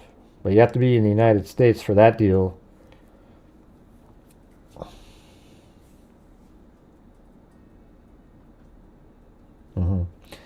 All right, you guys. Thanks for being here. We'll see you tomorrow. Who knows what tomorrow will bring. Thanks for watching. And, as I always say, everybody, until next time, be safe out there. And a 1 and a 2 and a 3 and a 4. Yeah, I've been doing this true crime thing for quite a while now. And during this whole time, I have not seen one person that is a crime dissector, flag rejector. I'm a certified human lie detector. Gonna get ya on a stretcher if you try and play me like an old projector. Crime sector is my nectar. Professor Gray is gonna give another lecture. Crime collector, freak connector, and I'm always gonna be a pup protector. Fool deflector, interceptor, And I'm meaner than a spectre with a vector on his pector. With all respect, ya, just remember I've a temper fucking check ya. I have no agenda, I'm no pretender, and I'll serve it to you straight without the blender. And in the end, I'm gonna send ya on a mission to reveal the true offender. Yeah, so I'll just get right back to work. All right. Gray Hughes investigates.